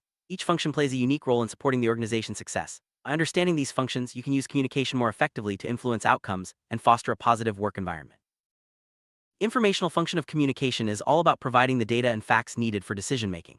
In organizations, this might include sharing reports, updates, or instructions. Clear and accurate information helps everyone stay on the same page and make informed choices. When information flows smoothly, it reduces confusion and supports effective planning and problem-solving. Communication also plays a motivational role. It inspires employees to work towards company goals by sharing the vision, recognizing achievements, and offering encouragement. Motivational communication can take many forms, from pep talks to performance feedback. When people feel valued and informed, they're more likely to be engaged and productive. Leaders who communicate well can create a positive and energetic workplace. Control function of communication ensures that activities within an organization are aligned and regulated. This includes setting expectations, giving instructions, and monitoring progress. Effective control communication helps maintain order and consistency, making sure everyone knows their roles and responsibilities. It also allows managers to address issues quickly and keep projects on track. Emotive function allows people to express their feelings and emotions through communication. This can include sharing excitement, frustration, gratitude, or concern. Emotive communication builds trust and strengthens relationships within a team. When people feel comfortable expressing themselves, it creates a supportive and open work environment where everyone can thrive. Communication in organizations can be classified in several ways. It might happen face-to-face, where people interact directly or indirectly using technology or written messages. Communication also follows certain norms and rules shaped by organizational culture and work regulations. Finally, communication can occur both inside and outside the organization, connecting with external partners, customers, or the public. Face-to-face communication is the most direct form of interaction. It allows people to use all natural communication tools, including body language, tone of voice, and facial expressions. This type of communication is often more personal and effective, especially for sensitive or complex topics. It helps build trust and understanding, making it a preferred choice for many important conversations. Direct communication happens when people interact through intermediaries or technology, such as emails, phone calls, or messaging apps. While it may lack some of the richness of face-to-face interaction, it offers convenience and speed, especially for remote teams or global organizations. Indirect communication is essential for staying connected across distances and time zones. Every organization has its own set of communication norms and rules. These are shaped by company policies, work regulations, and corporate culture. Norms influence how people interact, what channels they use, and even the language or tone that's considered appropriate. Understanding and following these norms helps ensure smooth and respectful communication within the workplace. Communication doesn't just happen inside an organization. External communication connects the company with customers, partners, suppliers, and the public. This can include marketing, public relations, and customer service. Effective external communication helps build a positive reputation and strong relationships outside the organization, supporting business growth and success. There are several main types of communication, each serving different purposes and situations. These include interpersonal, intrapersonal, mass, and small group communication. Understanding the differences between these types can help you choose the best approach for your needs, whether you're having a one-on-one conversation, reflecting internally, addressing a large audience, or working in a team. Interpersonal communication is the exchange of information between two or more people, typically face-to-face. It involves all natural communication tools such as speech, gestures, and facial expressions. This type of communication is unique to each situation and allows for immediate feedback and adjustment. It's essential for building relationships, resolving conflicts, and collaborating effectively. Interpersonal communication happens within an individual. It's the internal dialogue where you act as both sender and receiver of information. This can include self-reflection, planning, or rehearsing what to say. Interpersonal communication helps you clarify your thoughts, make decisions, and manage emotions before interacting with others. Mass communication involves sending messages to large groups of people, often through media channels like television, radio, newspapers, or social media. In this type of communication, a group of participants acts as both senders and receivers. Mass communication is powerful for spreading information quickly and influencing public opinion, but it can lack personal connection. Small group communication combines elements of interpersonal and mass communication. It typically involves a few people working together, such as in meetings or project teams. This type allows for both personal interaction and group dynamics, making it ideal for brainstorming, problem-solving, and decision-making. Small group communication encourages participation and collaboration. Interpersonal communication has a clear structure with several key components. These include the communicator, the message, the medium or communication tool, and the communication situation. Each component plays a role in shaping how the message is sent, received, and understood. By paying attention to these elements, you can improve your interpersonal communication skills and build stronger connections. Communicator is the person who initiates the communication process by sending information. Their role is to clearly express ideas and ensure the message is appropriate for the audience. A skilled communicator considers the receiver's needs, context, and potential barriers. Being mindful of these factors helps the message come across as intended and increases the chances of successful communication.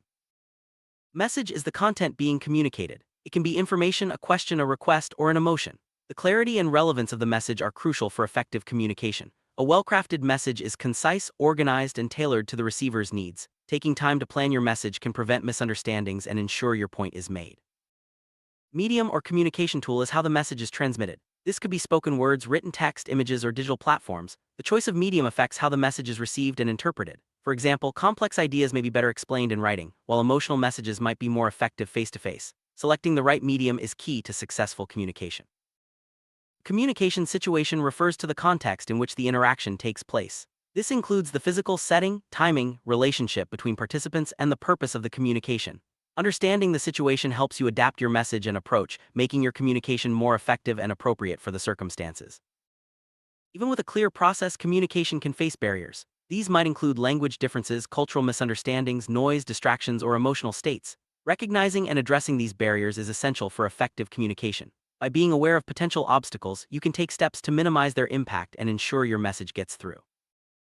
Overcome communication barriers. Focus on clarity, active listening, and empathy. Use simple language, check for understanding, and be open to feedback. Adjust your message based on the receiver's needs and context. Creating an environment of trust and respect also helps reduce misunderstandings and encourages open dialogue.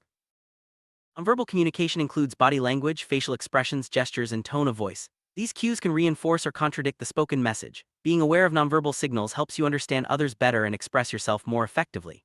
Nonverbal communication is especially important in face-to-face interactions, where much of the meaning is conveyed without words.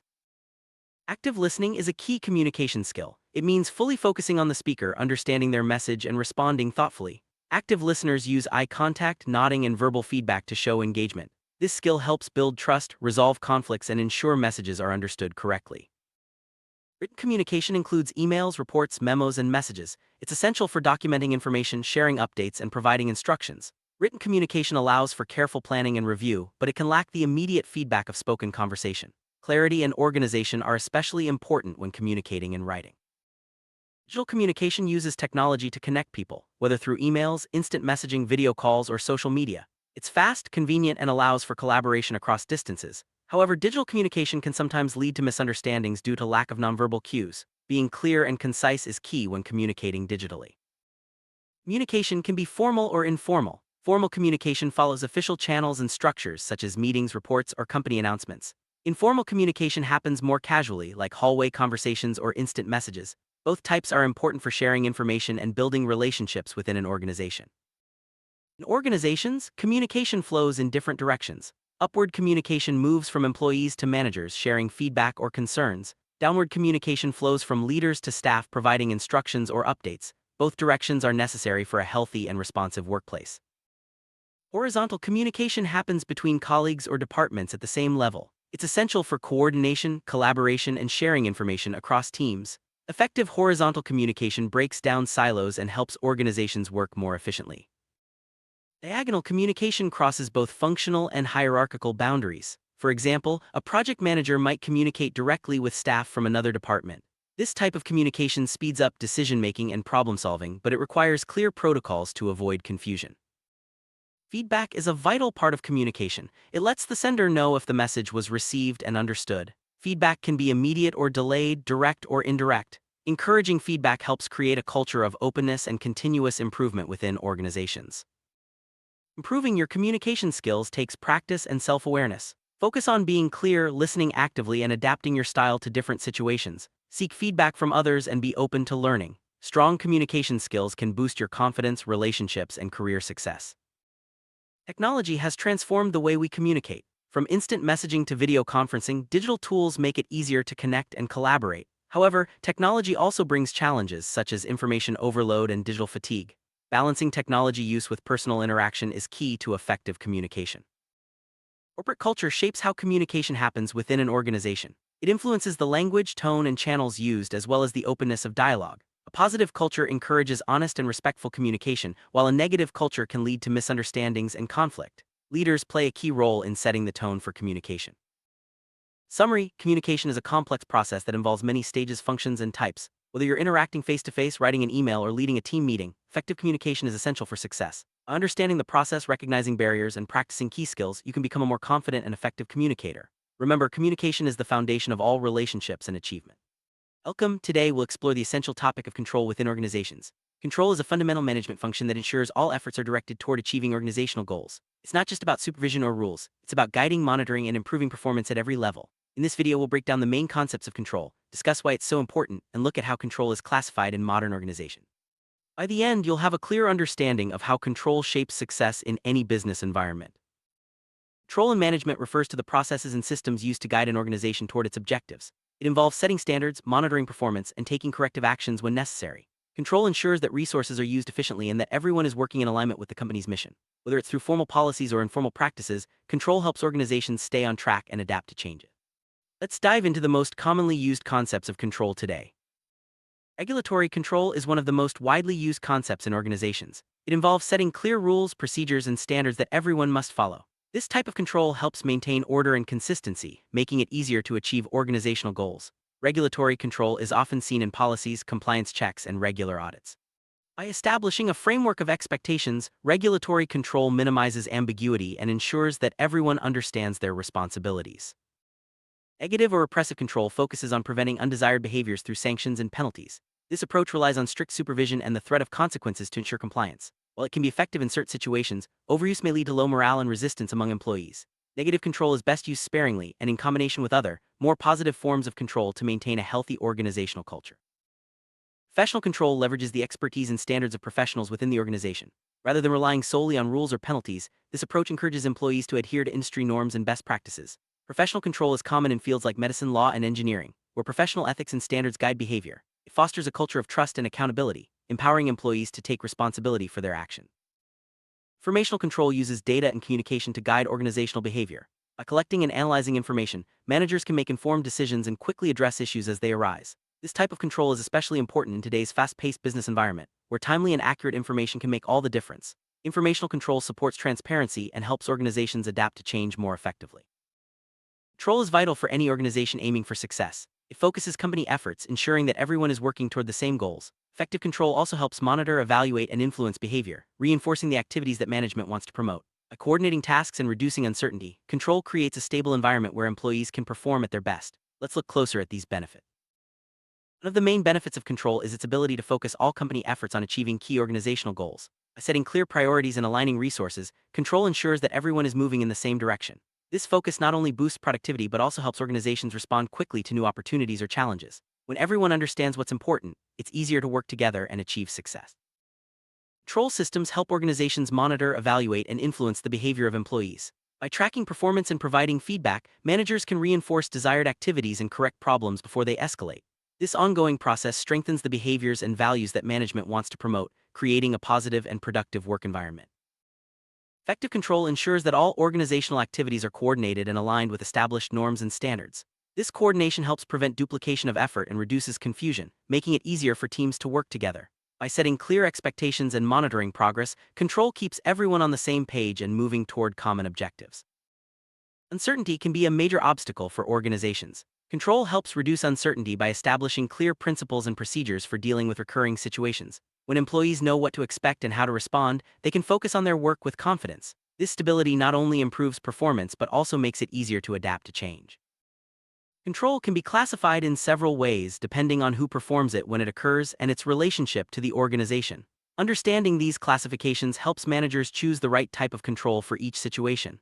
Let's start by looking at control based on the subject performing it.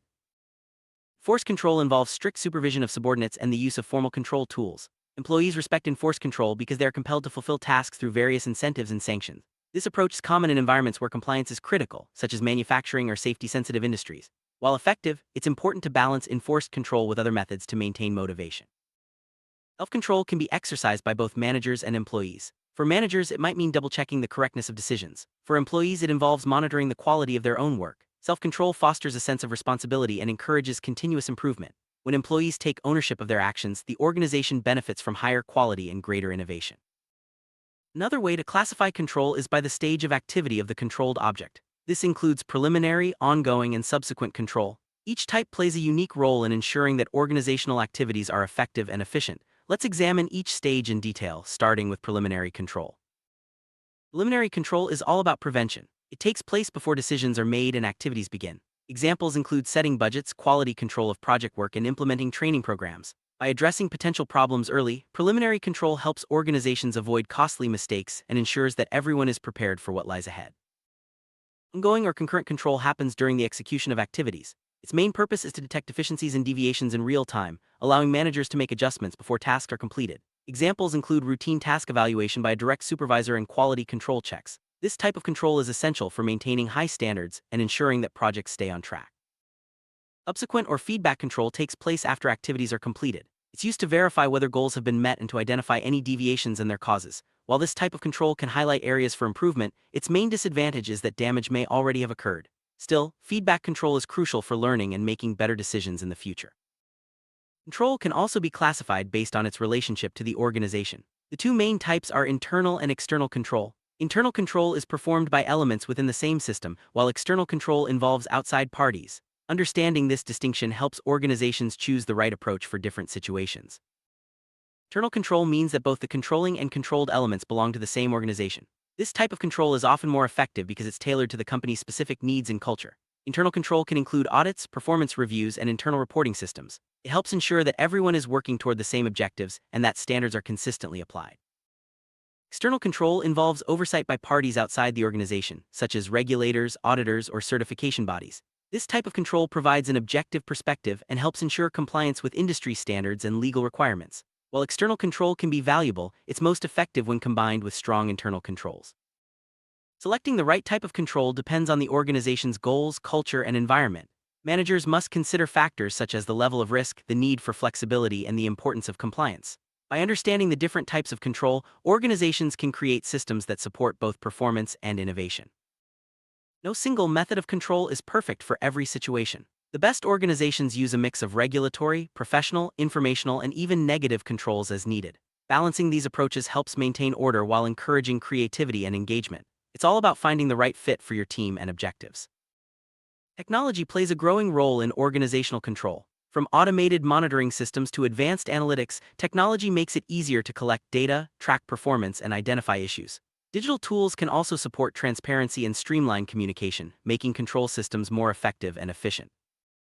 The effectiveness of control systems often depends on the organization's culture. In cultures that value trust and autonomy, self-control and professional control may be more effective. In more hierarchical cultures, enforced or regulatory control might be necessary. Understanding your organization's culture helps you choose the most appropriate control methods. Control systems can have a big impact on employee motivation. Too much control can feel restrictive, while too little can lead to chaos. The key is to provide enough structure to guide behavior without stifling creativity. When employees feel trusted and empowered, they're more likely to be engaged and productive. Innovation thrives in environments where control is balanced with flexibility. While rules and standards are important, organizations must also allow room for experimentation and new ideas. By using control systems that support learning and adaptation, companies can foster a culture of continuous improvement. Control systems are essential for managing risk. By monitoring activities and enforcing standards, organizations can identify potential problems early and take corrective action. Effective control reduces the likelihood of errors, fraud, and other risks that can threaten organizational success. Performance measurement is a key part of control. By setting clear goals and tracking progress, organizations can ensure that everyone is contributing to success.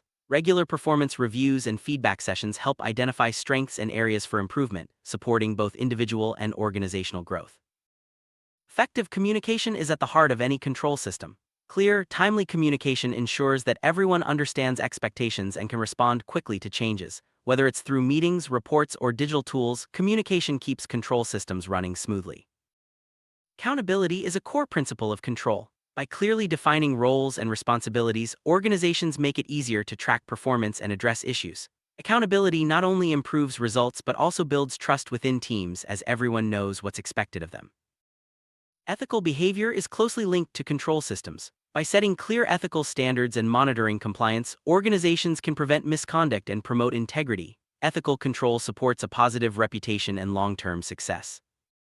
Change is a constant in today's business world. Control systems help organizations manage change by providing structure and support. By monitoring progress and addressing issues as they arise, control makes it easier to implement new strategies and adapt to evolving conditions. Continuous improvement relies on effective control systems. By regularly reviewing performance and seeking feedback, organizations can identify opportunities for growth and make incremental changes. This ongoing process helps companies stay competitive and responsive to customer needs. Customer satisfaction is often a direct result of effective control. By setting high standards and monitoring service quality, organizations can ensure that customers receive consistent, reliable experiences. Satisfied customers are more likely to return and recommend the company to others. Compliance with laws and regulations is a key aspect of control. Organizations must establish systems to ensure that all activities meet legal and ethical requirements. Regular audits, training, and reporting help maintain compliance and protect the organization from risks. Strategic planning and control go hand in hand. Control systems help organizations track progress towards strategic goals and make adjustments as needed. By aligning day-to-day activities with long-term objectives, control ensures that the organization stays on course. Effective control helps organizations allocate resources efficiently. By monitoring budgets, schedules, and resource usage, managers can ensure that resources are used where they're needed most. This not only reduces waste but also supports better decision-making. Leadership and control are closely connected. Effective leaders use control systems to guide their teams, set expectations, and provide support. By balancing structure with flexibility, leaders can inspire trust and drive performance. Delegation is an important part of control. By assigning tasks and granting authority, managers empower employees to take ownership of their work. Effective control ensures that delegated tasks are completed to standard, while still allowing employees the freedom to innovate. Teamwork is enhanced by effective control systems. By clarifying roles, setting expectations, and monitoring progress, control helps teams work together more efficiently. When everyone understands their responsibilities, collaboration becomes smoother and more productive. Organizational learning is supported by control systems that encourage feedback and reflection. By analyzing results and sharing lessons learned, organizations can continuously improve and adapt to new challenges. Control creates a framework for learning and growth. The structure of an organization influences how control is implemented. Centralized structures may rely more on enforced control, while decentralized structures often use self-control and professional standards. Understanding your organization's structure helps you design effective control systems.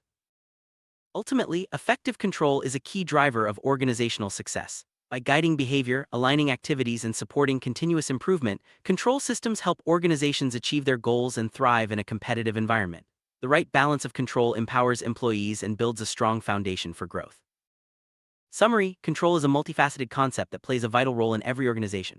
From regulatory and professional controls to self-control and feedback systems, each type serves a unique purpose. By understanding and applying the right mix of control methods, organizations can focus their efforts, reduce uncertainty, and achieve lasting success. Thanks for joining us on this journey through the world of control.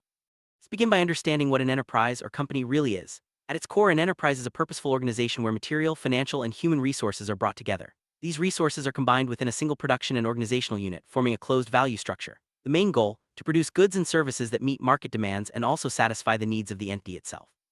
Enterprises are the engines of economic activity, shaping the way products and services reach us every day. As we move forward, let's explore what makes an enterprise unique and how it operates in the modern world. Every enterprise shares a set of defining characteristics that set it apart from other forms of organization. These include legal personality, which means the enterprise can enter contracts and own property in its own name. Property independence ensures the company's assets are separate from those of its owners. Property liability refers to the responsibility the enterprise holds for its obligations. Economic independence allows it to make its own financial decision. Registration in an official register gives it formal recognition, while organizational integrity and unified accounting records ensure smooth internal operations. These features form the backbone of any successful enterprise.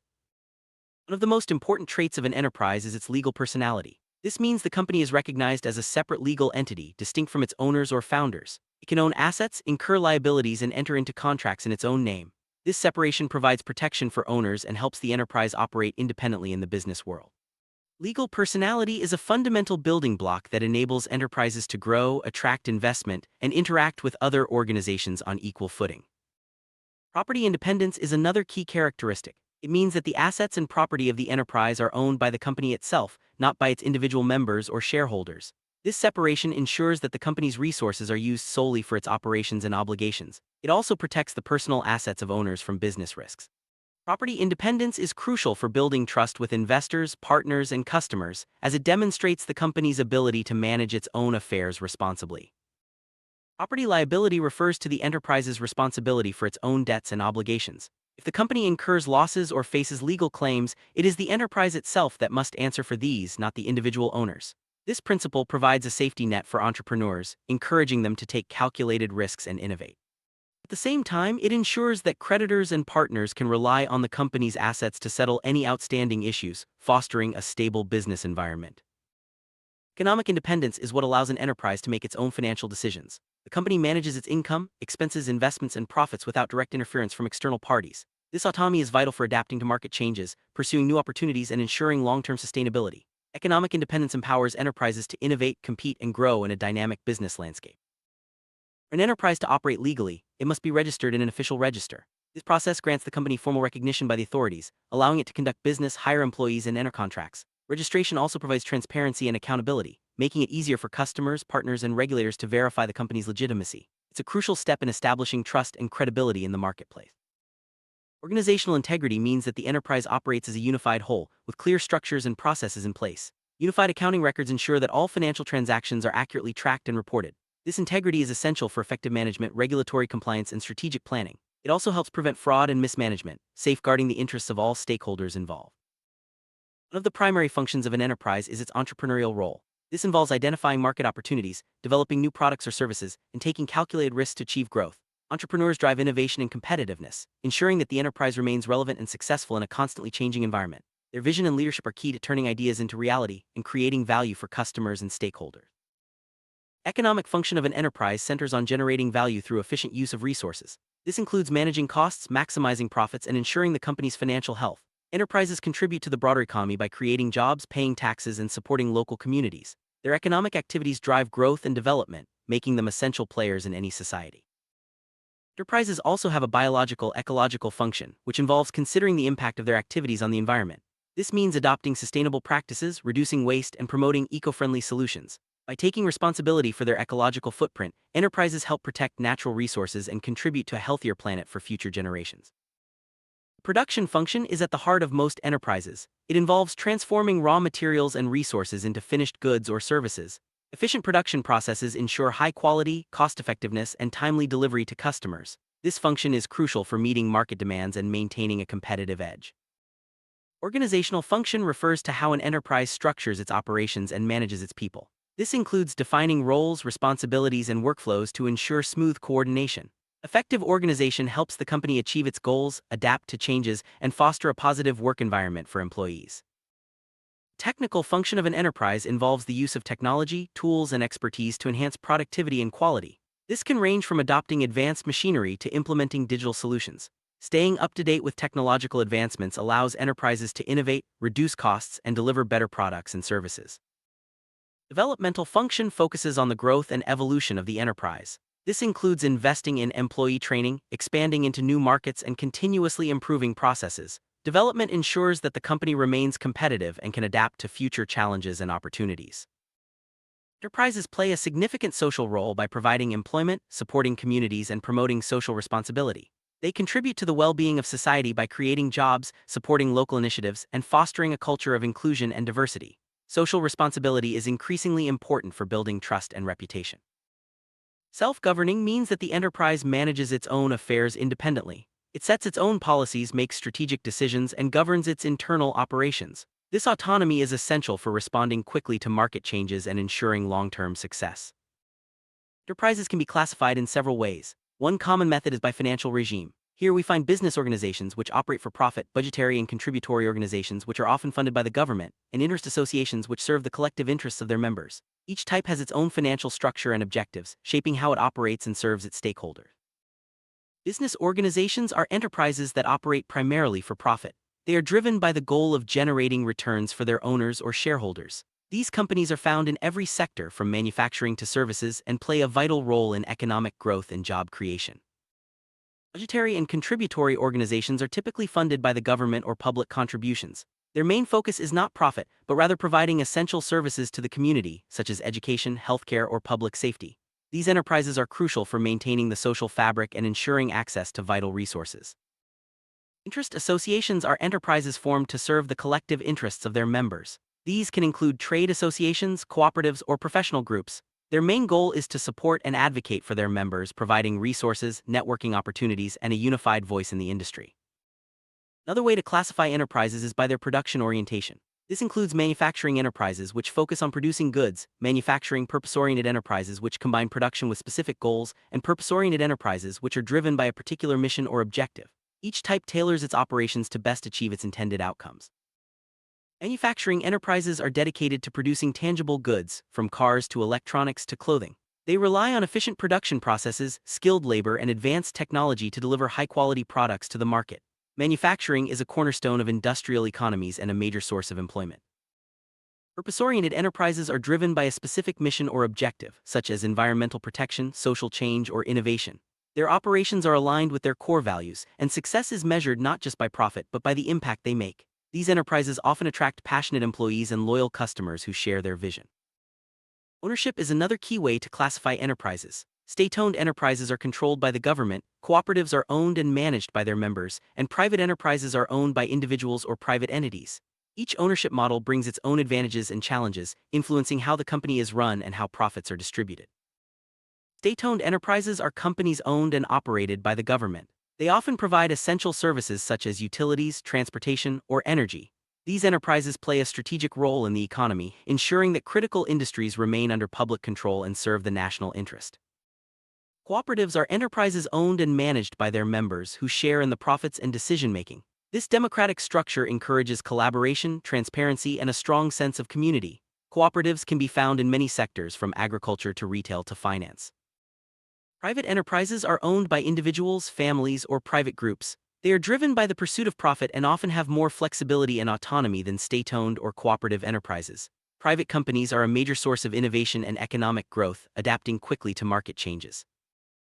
Enterprises can also be categorized by their economic activity. This includes agricultural enterprises, food processing companies, service enterprises, water management organizations, and wood processing businesses. Each type plays a unique role in the economy, contributing to different sectors and meeting diverse needs. Agricultural enterprises focus on the production of crops, livestock, and other farm products. They are vital for food security and rural development, employing millions of people worldwide. Modern agricultural enterprises use advanced technology and sustainable practices to increase productivity and reduce environmental impact. Food processing companies transform raw agricultural products into finished food items. This includes everything from packaging fresh produce to manufacturing snacks and beverages. These enterprises ensure that food is safe, nutritious, and accessible to consumers, playing a crucial role in the food supply chain. Service enterprises provide intangible products such as consulting, healthcare, education, or transportation. They focus on meeting the needs of individuals and organizations through expertise, support, and convenience. The service sector is a major driver of economic growth in many countries. Water management organizations are responsible for the supply, distribution, and treatment of water resources. They ensure that communities have access to clean and safe water, manage wastewater, and protect natural water sources. These enterprises are essential for public health and environmental sustainability.